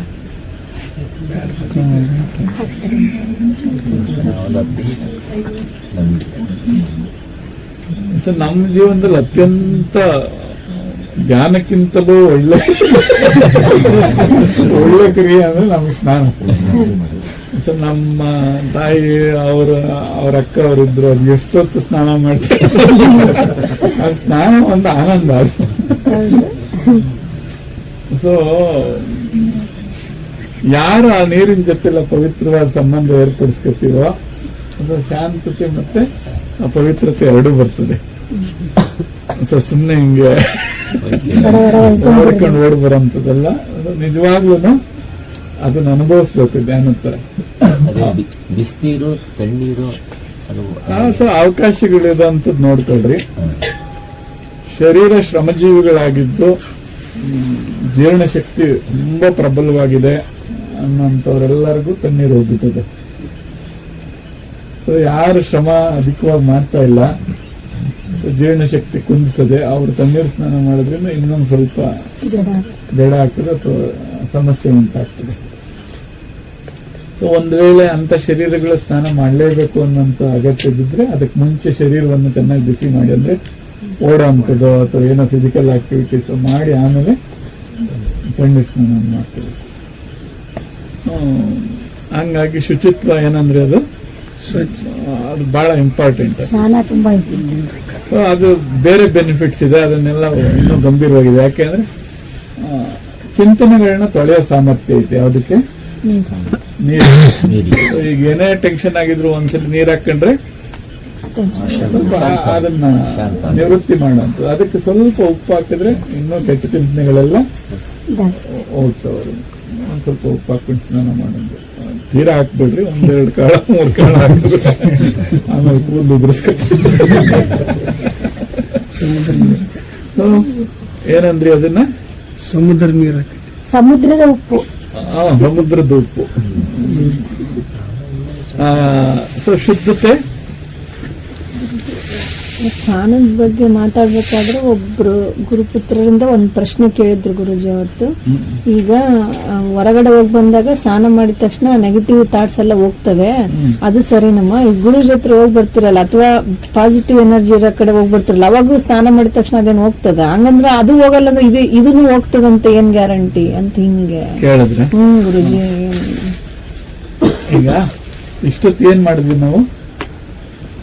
ಪ್ರಶ್ನೆಯಲ್ಲಿ ಜೀವನ ಕಳಿಬೇಡ್ರಿ, ಕುರುವನ್ನೇವ ಅಂತಂದ್ರಿ. ಮಾಡ್ರಿ ಅಂತ ಮಾಡ್ಬಿಟ್ಟು ನೋಡ್ರಿ, ಹೋಗ್ತದ ಬಿಡ್ತದ ಎಲ್ಲ ಆಮೇಲೆ ಮರಿಲ್ಲ. ಮಾತಾಡೋದ್ರಾಗೆ ಜೀವನ ಕಳೆದ್ಬಿಟ್ಟಿದ್ರಲ್ಲ ಇಷ್ಟು. ಈಗಲೂ ಅದೇ ಪ್ಲಾನ್ ನಡೀತದೆ. ಮಾಡಕ್ ಶುರು ಮಾಡ್ರಪ್ಪ ಅಂತ. ಹಂಗಾಗಿ ಇನ್ನು ಮಾತಾಡೋದಿಲ್ಲ, ಈಗ ಮಾಡೋದಷ್ಟೇ ಹೇಳೋದಿಲ್ಲ. ಇಷ್ಟೊತ್ತು ಹೇಳೋದಿದೆ, ಯಾರು ಮಾತುಗಳೆಲ್ಲ ಏನಿದೀಗ ಎಲ್ಲ ಮಾಡೋವಷ್ಟೇ ಹೇಳಿರೋದಿಲ್ಲ. ಇನ್ನೇನಿದ್ರು ಏನಪ್ಪ ಕೇಳುವುದೇನಿಲ್ಲ ಇಲ್ಲ, ಇನ್ನೆಲ್ಲ ಮಾಡೋದಷ್ಟೇ ಮುಂದೆ. ಅನುಷ್ಠಾನ ಅನುಷ್ಠಾನ ಅನುಷ್ಠಾನ. ಇಷ್ಟು ದಿನ ಬಾಯ್ ಬಿಡ್ಕೊಂಡು ಸಾಕಾಗೋದಿಲ್ಲ. ಎಷ್ಟು ಬಂದಾಗ ಈಗ ಹಿಮಾಲಯದಿಂದ ಬಂದ ತಕ್ಷಣ ಈಗ ಪ್ರಥಮ ಹಂತದ ಎಲ್ಲಾ ಮಂತ್ರ ಶರೀರಗಳಾಗಿರ್ಬೇಕು. ಯಾರ್ಯಾರು ಏನೇನು ಪಾರಾಯಣ ಮಾಡಿದ್ರೆ ಹೇಳ್ಬೇಕು. ಪರೀಕ್ಷೆ ಇರಬೇಕು, ಮಾಡ್ಬೇಕೀಗ. ಏನಪ್ಪ ಕಲಿತಾರೆ ಮಕ್ಕಳು, ಅವರು ಜೊತೆ ಬಂದು ಕೂತ್ಕೋತಾರೆ. ಸ್ವಲ್ಪ ಪ್ರಾರಂಭ ಮಾಡಿದ್ರೆ ರೂಢಿಸ್ಕೊತಾರೆ ಇವನ್ನೆಲ್ಲ. ಅವರು ನಾವು ಬೇಡ ಅಂದ್ರೆ ಅದು ರೂಢಿಸ್ಕೊತಾ ಹೋಗ್ತದೆ. ಏನಪ್ಪ ಓದೋ ಯಾವಾಗ ಆ ಪಾರಾಯಣ ಮಾಡೋ ಟೈಮ್ನಲ್ಲಿ, ಜಪ ಮಾಡೋ ಟೈಮ್ನಲ್ಲಿ ಮನೆಯಲ್ಲಿ ಯಾರೂ ಮಾತಾಡಲ್ಲ, ಸೈಲೆಂಟ್ ಇರ್ತಾರೆ. ಸಾಧ್ಯವಾದಷ್ಟು ಎಲ್ಲರನ್ನು ಸೇರಿಸ್ಕೊಳ್ಳೋದು. ಕನಿಷ್ಠ ಪಕ್ಷ ಅವ್ರಿಗೆ ಕೇಳ್ಸಂಗಾದ್ರೆ ಸ್ವಲ್ಪ ಸ್ಪಷ್ಟವಾಗಿ ಉಚ್ಚಾರಣೆ ಮಾಡೋದು. ಕೂರಿಸ್ಕೋಬೇಕು ಅಂದ್ರೆ ನೀವು 6 ಗಂಟೆ ಒಳಗಡೆ ಪ್ರಾರಂಭ ಮಾಡಿ ಮುಗಿಸ್ಬೇಕು. ಪಾಪ ಅವ್ರ ಕೆಲಸ ನೀವು ಎದ್ದಾಗ ನಾನು ಅದಕ್ಕೆ ಕರೆಕ್ಟ್ ಅದೇ ಎಷ್ಟು ಸೂರ್ಯೋದಯಕ್ಕೆ ಮುಂಚೆ ಹೇಳಿದ್ದು ಎದ್ದಿರ್ಬೇಕು ಅಂತ ಹೇಳುದಲ್ಲ.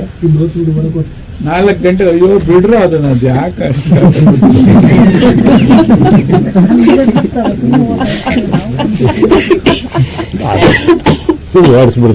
ಅಲ್ಲಿ ಅಡಿಗೆ ಮನೆ 100 ಇದಾವೆ, ಕೆಳಗಡೆ ರೂಮ್ ಒಂದು 5-10 ಇದಾವೆ. ಅವು ಪಾಪ ಅವು ಪಡೆದ ಇದಾವ. ಅವು ನೀವೆಲ್ಲ ಒಳಗಡೆ ಸೊಳ್ಳೆ ಬಿಟ್ಟು ಹೋಗ್ತೀರ, ಅವನ್ ಖಾಲಿ ಮಾಡೋದು. ಪಾಪ ಅವು ಪಾಡಿ ಆರಾಮಾಗಿದ್ದಾವೆ. ಏನ್ ಹೇಳ್ತಾ ಇದ್ವಿ? ಆಮೇಲೆ ಸ್ವಚ್ಛತೆನೂ ಇಡೀ ಮನೆ ಸ್ವಚ್ಛತೆನೂ ಬರ್ತದೆ. ನೋಡಪ್ಪ, ಎಷ್ಟು ಶುಭ್ರವಾಗಿದ್ರೆ ಲಕ್ಷ್ಮಿ ಇರ್ತಾಳೆ. ಇದಿಷ್ಟೇ ಪಲ್ಲದ್ ನೀನು, ಅದಕ್ಕಿಂತ ಜಾಸ್ತಿ ಕೊಡಕ್ಕಾಗಲ್ಲ. ಆ ದೃಷ್ಟಿಯಿಂದ ಆದ್ರೂ ಸೊ ಎಲ್ಲ ಶುಭ್ರವಾಗಿರ್ಬೇಕು. ಬಟ್ಟೆಯಿಂದ ಹಿಡಿದು ಮನೆಯಿಂದ ಹಿಡಿದು ಎಷ್ಟು ಶುಭ್ರವಾಗಿಟ್ಕೊತೀರ ಅಷ್ಟು. ಸೊ ಮನೆಯಲ್ಲಿ ಕಾಂಚನ ಕಾಂಚನ ಅವಳಿದ್ರೆ ಎಲ್ಲರೂ ನೆಮ್ಮದಿಯಾಗಿರ್ತಾರೆ. ಸರಿ, ಸೊ ನೆಮ್ಮದಿ ಪಾಪ ಅವಳು ಕೊಡ್ತಾಳೆ.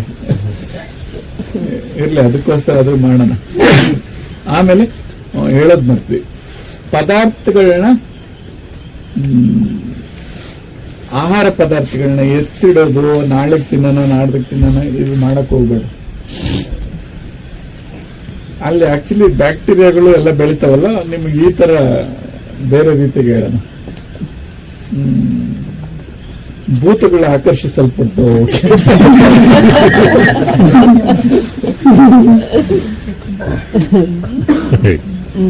So negative energies are invited ಅಂತ. ಹಿಂಗ್ ಹೇಳ್ಬೇಕು, ಹಿಂಗ್ ಭಯ ಬೀಳ್ಸಿದ್ರೆ ಬಹಳ ಏನಪ್ಪ, ಫ್ರೆಶ್ ಆಹಾರಕ್ಕೆ ದೇವತೆಗಳು ಬಂದ್ರೆ ಸ್ವೀಕಾರಕ್ಕೆ ಭೂತಗಳು ಬರ್ತವೆ ಅಂತ ಹಿಂಗ್ ಭಾವಿಸ್ಬಿಡ್ರಿ ಸಾಕು.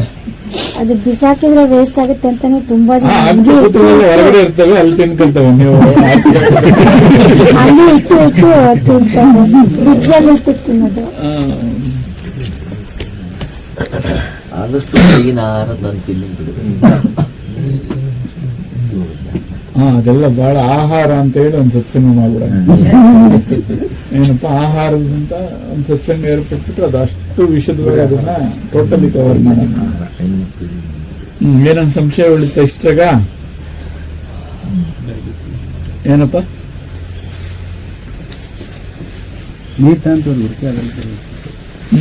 ನೀರು. ಸೊ ನೀರು ಯಾರಾದ್ರೂ ಕೊಟ್ರೆ ಅದನ್ನು ಸ್ವೀಕರಿಸಬಾರ್ದು, ಇದು ಮೊದಲನೇ ಸಿದ್ಧಾಂತ. ಸೊ ಏನ್ ಮಾಡ್ಬೇಕಾದ್ರೆ ಪಕ್ಕಕ್ಕೆ ಇಡಬೇಕು ಒಂದು, ಅಥವಾ ಕನಿಷ್ಠ ಅದನ್ನ ಶಾಂತವಾಗಿ ಒಂದು 5-10 ಸೆಕೆಂಡ್ ನೋಡ್ಬೇಕು ಅದನ್ನ. ಸೊ ನೇರವಾಗಿ ಅವ್ರ ಭಾವನೆಗಳೇನಿರ್ತೋ ಅಷ್ಟು ಭಾವನೆಗಳು, ಅವ್ರ ಕೋಪ ಕೊಟ್ಟರೆ ನೀವು ಕೋಪ ಆಗಿರ್ತೀರಾ. ಸೊ ಹಂಗಾಗಿ ಯಾರನ್ನ ಗುರುಗಳು ತಗಪ್ಪ ನೀರು ಅಂತಂದ್ರೆ ಇಮ್ಮಿಡಿಯೇಟ್ ಆಗಿ ತಗೊಳ್ರಿ, ಮತ್ತೆ ಅದನ್ನ ಪಕ್ಕಕ್ಕೆ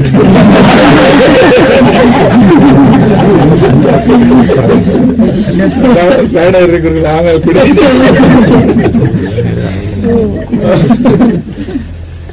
ಮನುಷ್ಯರು ಕೊಟ್ರೆ ಸ್ವಲ್ಪ ಅಲ್ಲಿಡಮ್ಮ ತಗತೀನಿ ಅಂತ, ಆಮೇಲೆ ತಗೊಂಡು ಅದನ್ನ ಸ್ವಲ್ಪ ನೋಡಿ ಶಾಂತ ಸ್ವರೂಪಕ್ಕೆ ತಂದು ಅದನ್ನ ಸ್ವೀಕರಿಸಿದ್ರೆ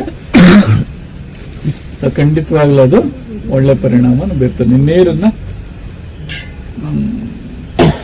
ಏನಂತೀವಿ ಅದನ್ನ ಪಾವನ ಮಾಡುವಂಥವಳು, ಗಂಗೆ ಅನ್ನೋ ಪದ ಬಳಸ್ತೀವಿ, ಅದನ್ನ ಸರ್ವಶುದ್ಧಿ ಮಾಡುವಂಥವಳು ಅಂತ.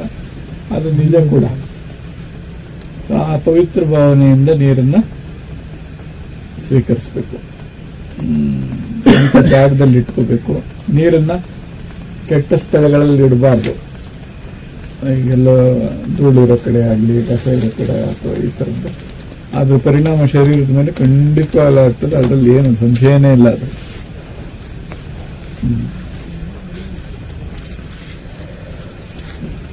ಹಂಗಾದ್ರೆ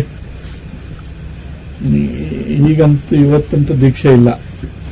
ನೆಕ್ಸ್ಟ್ ನೀವೆಲ್ಲ ರೆಡಿ ಆಗಿದ್ದೀರಾ ಅಂದ್ರೆ, ಯಾರು ನಿಯತ್ತಾಗಿ ನಿಷ್ಠೆಯಿಂದ ಮಾಡಿದ್ರ ಅಂದ್ರೆ ಅವ್ರಿಗೆ ಹಿಮಾಲಯದಿಂದ ಬಂದ ತಕ್ಷಣ ದೀಕ್ಷೆ. ಸೊ ಹಂಗಾಗಿ ಏನ್ ಮಾಡ್ತಾರೆ, ಎಲ್ಲಾರು ಗ್ರೂಪ್ ಮಾಡ್ಕೊಂಡು ನೀನ್ ಮಾಡ್ತಾ ಇದ್ಯಾ ಅಂತ ಕೇಳ್ಬೇಕಿಲ್ಲ ಒಬ್ರಿಗೊಬ್ರು. ಏನಪ್ಪಾ ಆಮೇಲೆ ಹೇಳ್ಕೋಬೇಕು, ಇಲ್ಲ ಇದು ಚೆನ್ನಾಗದೆ ಪಾರಾಯಣ, ಇದನ್ನ ಸ್ವಲ್ಪ ಟ್ರೈ ಮಾಡು, ಇದನ್ನ ಸ್ವಲ್ಪ ಹಿಂಗ್ ಟ್ರೈ ಮಾಡ್ರಿ, ಇವೆಲ್ಲ ಬೇಕಾದ್ರೆ ಪ್ರಯೋಗ ಮಾಡ್ಕೊಳ್ರಿ ಇವು. ಆಮೇಲೆ ಒಂದೇ ಅಂತ ಮಾಡ್ಬಿಡ್ರಿ, ದಯಮಾಡಿ ಕನ್ಫ್ಯೂಸ್ ಆಗ್ತೀರಾ. ಇದೇ ಶ್ರೇಷ್ಠ ಅಂತ ಕುತ್ಕೊಂಡ್ಬಿಡ್ತೀರಾ. ಆಮೇಲೆ ಇದು ಮಾಡ್ರಿ ಅದು ಮಾಡ್ರಿ. ಬೇಕಾದ್ರೆ 4 ಪಾರಾಯಣ ಮಾಡ್ಕೊಳ್ರಿ. ಹೆಂಗೆ ಈ ವಾರ ಇದು ಮಾಡೋಣ, ಮುಂದಿನ ವಾರ ಇದು ಮಾಡೋಣ, ಇಲ್ಲ ವಾರಕ್ಕೆ ಒಂದೊಂದು ಪಾರಾಯಣ ಅಂದ್ರೆ ಅದು ತೊಂದರೆ ಇಲ್ಲ. ಏನಪ್ಪ ದಿನಕ್ಕೊಂದೊಂದು, ಇವ್ರದ್ದು ಇವತ್ತು ಈ ದಿನ ಇವ್ರದ್ದು, ಈ ವಾರ ಏನೋ ಸೋಮವಾರ ಇವ್ರದ್ದು, ಮಂಗಳವಾರ ಇವ್ರದ್ದು, ಬುಧವಾರ ಇವ್ರದ್ದು, ಬಹಳ ಇನ್ನೂ ಚೆನ್ನಾಗಿರ್ತದೆ. ಸೊ ಇದೆಲ್ಲ ಯಾಕೆ ಅಂದ್ರೆ ಮತ್ತೆ ನೀವು ವಾದ ಭೇದದಲ್ಲಿ ಕನ್ಫ್ಯೂಸ್ ಬೀಳ್ತೀರಾ ಅಂತ ಅಷ್ಟೇ. ಈಗ ಆಲ್ರೆಡಿ ಇದೇ ನಡೀತಾ ಇರೋದು.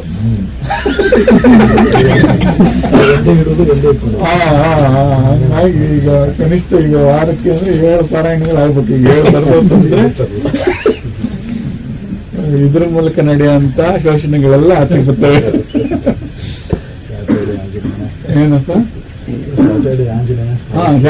ಸ್ಯಾಟರ್ಡೆ ಆಂಜನೇಯ, ಸೋಮವಾರ ಇವ್ರದ್ದು ಯಾವ್ದು ಲಕ್ಷ್ಮೀ ವೆಂಕಟೇಶ್ವರ ಸ್ಯಾಟರ್ಡೆ, ಅವ್ರದ್ದು ಸ್ಯಾಟರ್ಡೆ. ರಾಯರು ಎಂತ ವೆರೈಟಿ ಇರ್ತದೆ. ಎಲ್ಲ ದೇವರು ಬಂದು ಮೇಡಲ್ ಕೂತ್ಕೊಂಡು ನೋಡಿ ದೇವಸ್ಥಾನಕ್ಕೆ ಹೋಗೋದೇನದು, ದೇವರಿಗೆ ಮನೆಗೆ ಬಂದು ಸೇರ್ಕೊಂಡ್ರೆ ನೋ ಕನ್ಫ್ಯೂಷನ್. ಗುರುಜಿ ಇದು ಮಾಡ್ರಿ, ಏನು ಮಂತ್ರ ನೋಡಪ್ಪ, ಶರೀರ ಆ ಪವಿತ್ರ ಭಾವನೆಯಿಂದ ಒಳಪಡ್ಬೇಕಷ್ಟೇ. ಅದು ಗುರುಜಿ ಇದು ಪೂಜೆ ಮಾಡಿದ್ಮೇಲೆ ಶಾಂತಿ ಮಂತ್ರ ನೀವು ಹೇಳಿದ್ರಲ್ಲ, ಅದು ಹೇಳಿದ್ರೆ ಅದು ಏನೋ ಆಕ್ಟಿವೇಟ್ ಆಗುತ್ತಾ ಮನೆಯಲ್ಲಿ? ಈಗ ಅಲ್ಲ, ಕೆಲವರು ಹೇಳ್ತಾರೆ ಪೂಜೆ ಅಲ್ಲ, ಆರ್ಯ ಸಮಾಜದವರು ಹೇಳಿದ್ರು ನನಗೆ, ಹೇಳಿದ್ರೆ ಒಳ್ಳೇದು ಅಂತ. ಕುರುವನ್ ಮಾಡ್ಬಿಡ್ರಿ ಯಾಕಂದ್ರೆ ನಾನು ಮಾಡ್ತೀನಿ ಡೈಲಿ, ಅದಕ್ಕೆ ಈಗ ಮಾಡ್ಬಿಡೋದಷ್ಟೇ. ಏನಾರ ಒಂದು ಮಾಡ್ಬೇಕು, ಮಾಡ್ರಪ್ಪ. ಏನೂ ಮಾಡದೇ ಇರೋದ್ಕಿಂತ ಇದನ್ನ ಒಂದು ಮಾಡೋದು. ಶಾಂತಿ ಹೇಳಿದ್ರೆ ಹೆಂಗೆ ಕನಿಷ್ಠ? ಅದಕ್ಕೆ ತಾನೇ ಹೇಳಬೇಕು. ಪ್ರಾರಂಭದಲ್ಲಿ ಶಾಂತಿ ಹೇಳ್ರಿ, ಅಂತ್ಯದಾಗ ಶಾಂತಿ ಹೇಳ್ರಿ, ಮಧ್ಯದಾಗ ಅವಕಾಶ ಇದ್ರೆ ಅವಾಗೂ ಹೇಳ್ರಿ. ಶಾಂತಿ ಪರಮಾನಂದ ಪರಮಾವಸ್ಥೆ ಇರ್ಲಿ, ಯಾವಾಗ ಹೇಳ್ಕೊಂಡ್ರೆ ಒಂದು ದೋಷ ಇಲ್ಲ. ಇನ್ನೇನು ನೋಡಿದ್ನಪ್ಪ, ಹೆಣ್ಮಕ್ಳು ಈ ಕಡೆ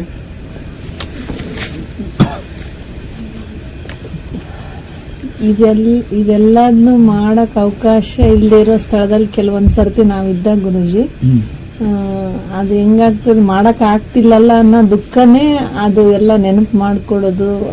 ಆ ಒಂದು ಅದು ಹಂಬಲನೇ ಅದು ನಡೆಸ್ಕೊಂಡು ಮಾನಸಿಕ ಜಪ ಮಾಡ್ಕೊಂಡ್ರಿ, ಮಾನಸಿಕ ಎಲ್ಲ ಪೂಜೆ ಮಾನಸಿಕ ಜಪ ಮಾಡ್ಕೊಂಡ್ರೆ ಏನ್ ಅದು ಯಾರು ನೋಡಂಗ, ಯಾರು ಕೇಳಂಗ ನಾವು ಮಾಡ್ಕೊಂಡ್ಬಿಟ್ರೆ ಅನುಕೂಲ ಸಿದ್ಧ. ಪೂಜೆ ನಂಗರೆ ಹೊರಗಡೆ ಇರೋದು ಪೂಜೆ ನಂಗರೆ ಮಾನಸಿಕವಾಗಿ ಮಾಡ್ಕೊಳೋದು ಗುರುದೇವ. ನೋಡು, ಇದು ಏನಾಗ್ತದೆ ಅಂದ್ರೆ ನಾಟಕ ಮಾಡಕ್ ಶುರು ಆಗ್ಬಿಡುತ್ತೆ. ಆಮೇಲೆ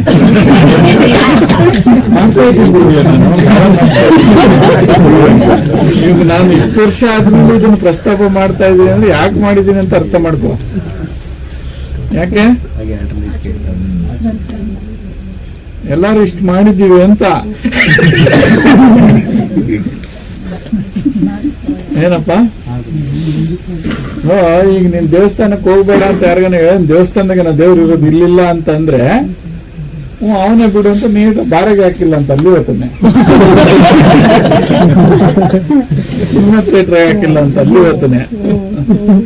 ಸೊ ಹಂಗಾಗಿ ಈ ಪ್ರಶ್ನೆಗಳೆಲ್ಲ ಅವಸ್ಥೆ ಮುಗ್ದದಪ್ಪ. ಇರುವನ್ನಂತ ಆಳ್ರಷ್ಟೇ ಏನ್ ಹೇಳಿದ್ರು ಮಾಡೋದಷ್ಟೇ. ನಿನಗೆ ಬರೀ ಆ ಪ್ರಶ್ನೆಗಳಿಗೆ ಉತ್ತರ ಬೇಕು ಅಂದ್ರೆ ಅವಾಗೆಲ್ಲ ಸತ್ಸಂಗಗಳು ನಡೆದವೆ, ಕೇಳ್ಕೊಂಡ್ರೆ ಎಲ್ಲದಕ್ಕೂ ಐತೆ ಅದರಲ್ಲಿ. ಅಷ್ಟು 1 ಕೆಜಿ 2 ಕೆಜಿ 3 ಕೆಜಿ 10 ಕೆಜಿ ತಗೊಳ್ಳಿ. ಏನಂತ ಈಗ ಪ್ರಸಾದ ಮಾಡ್ತಾ ಇದ್ರ? ಆಗಿದೆ.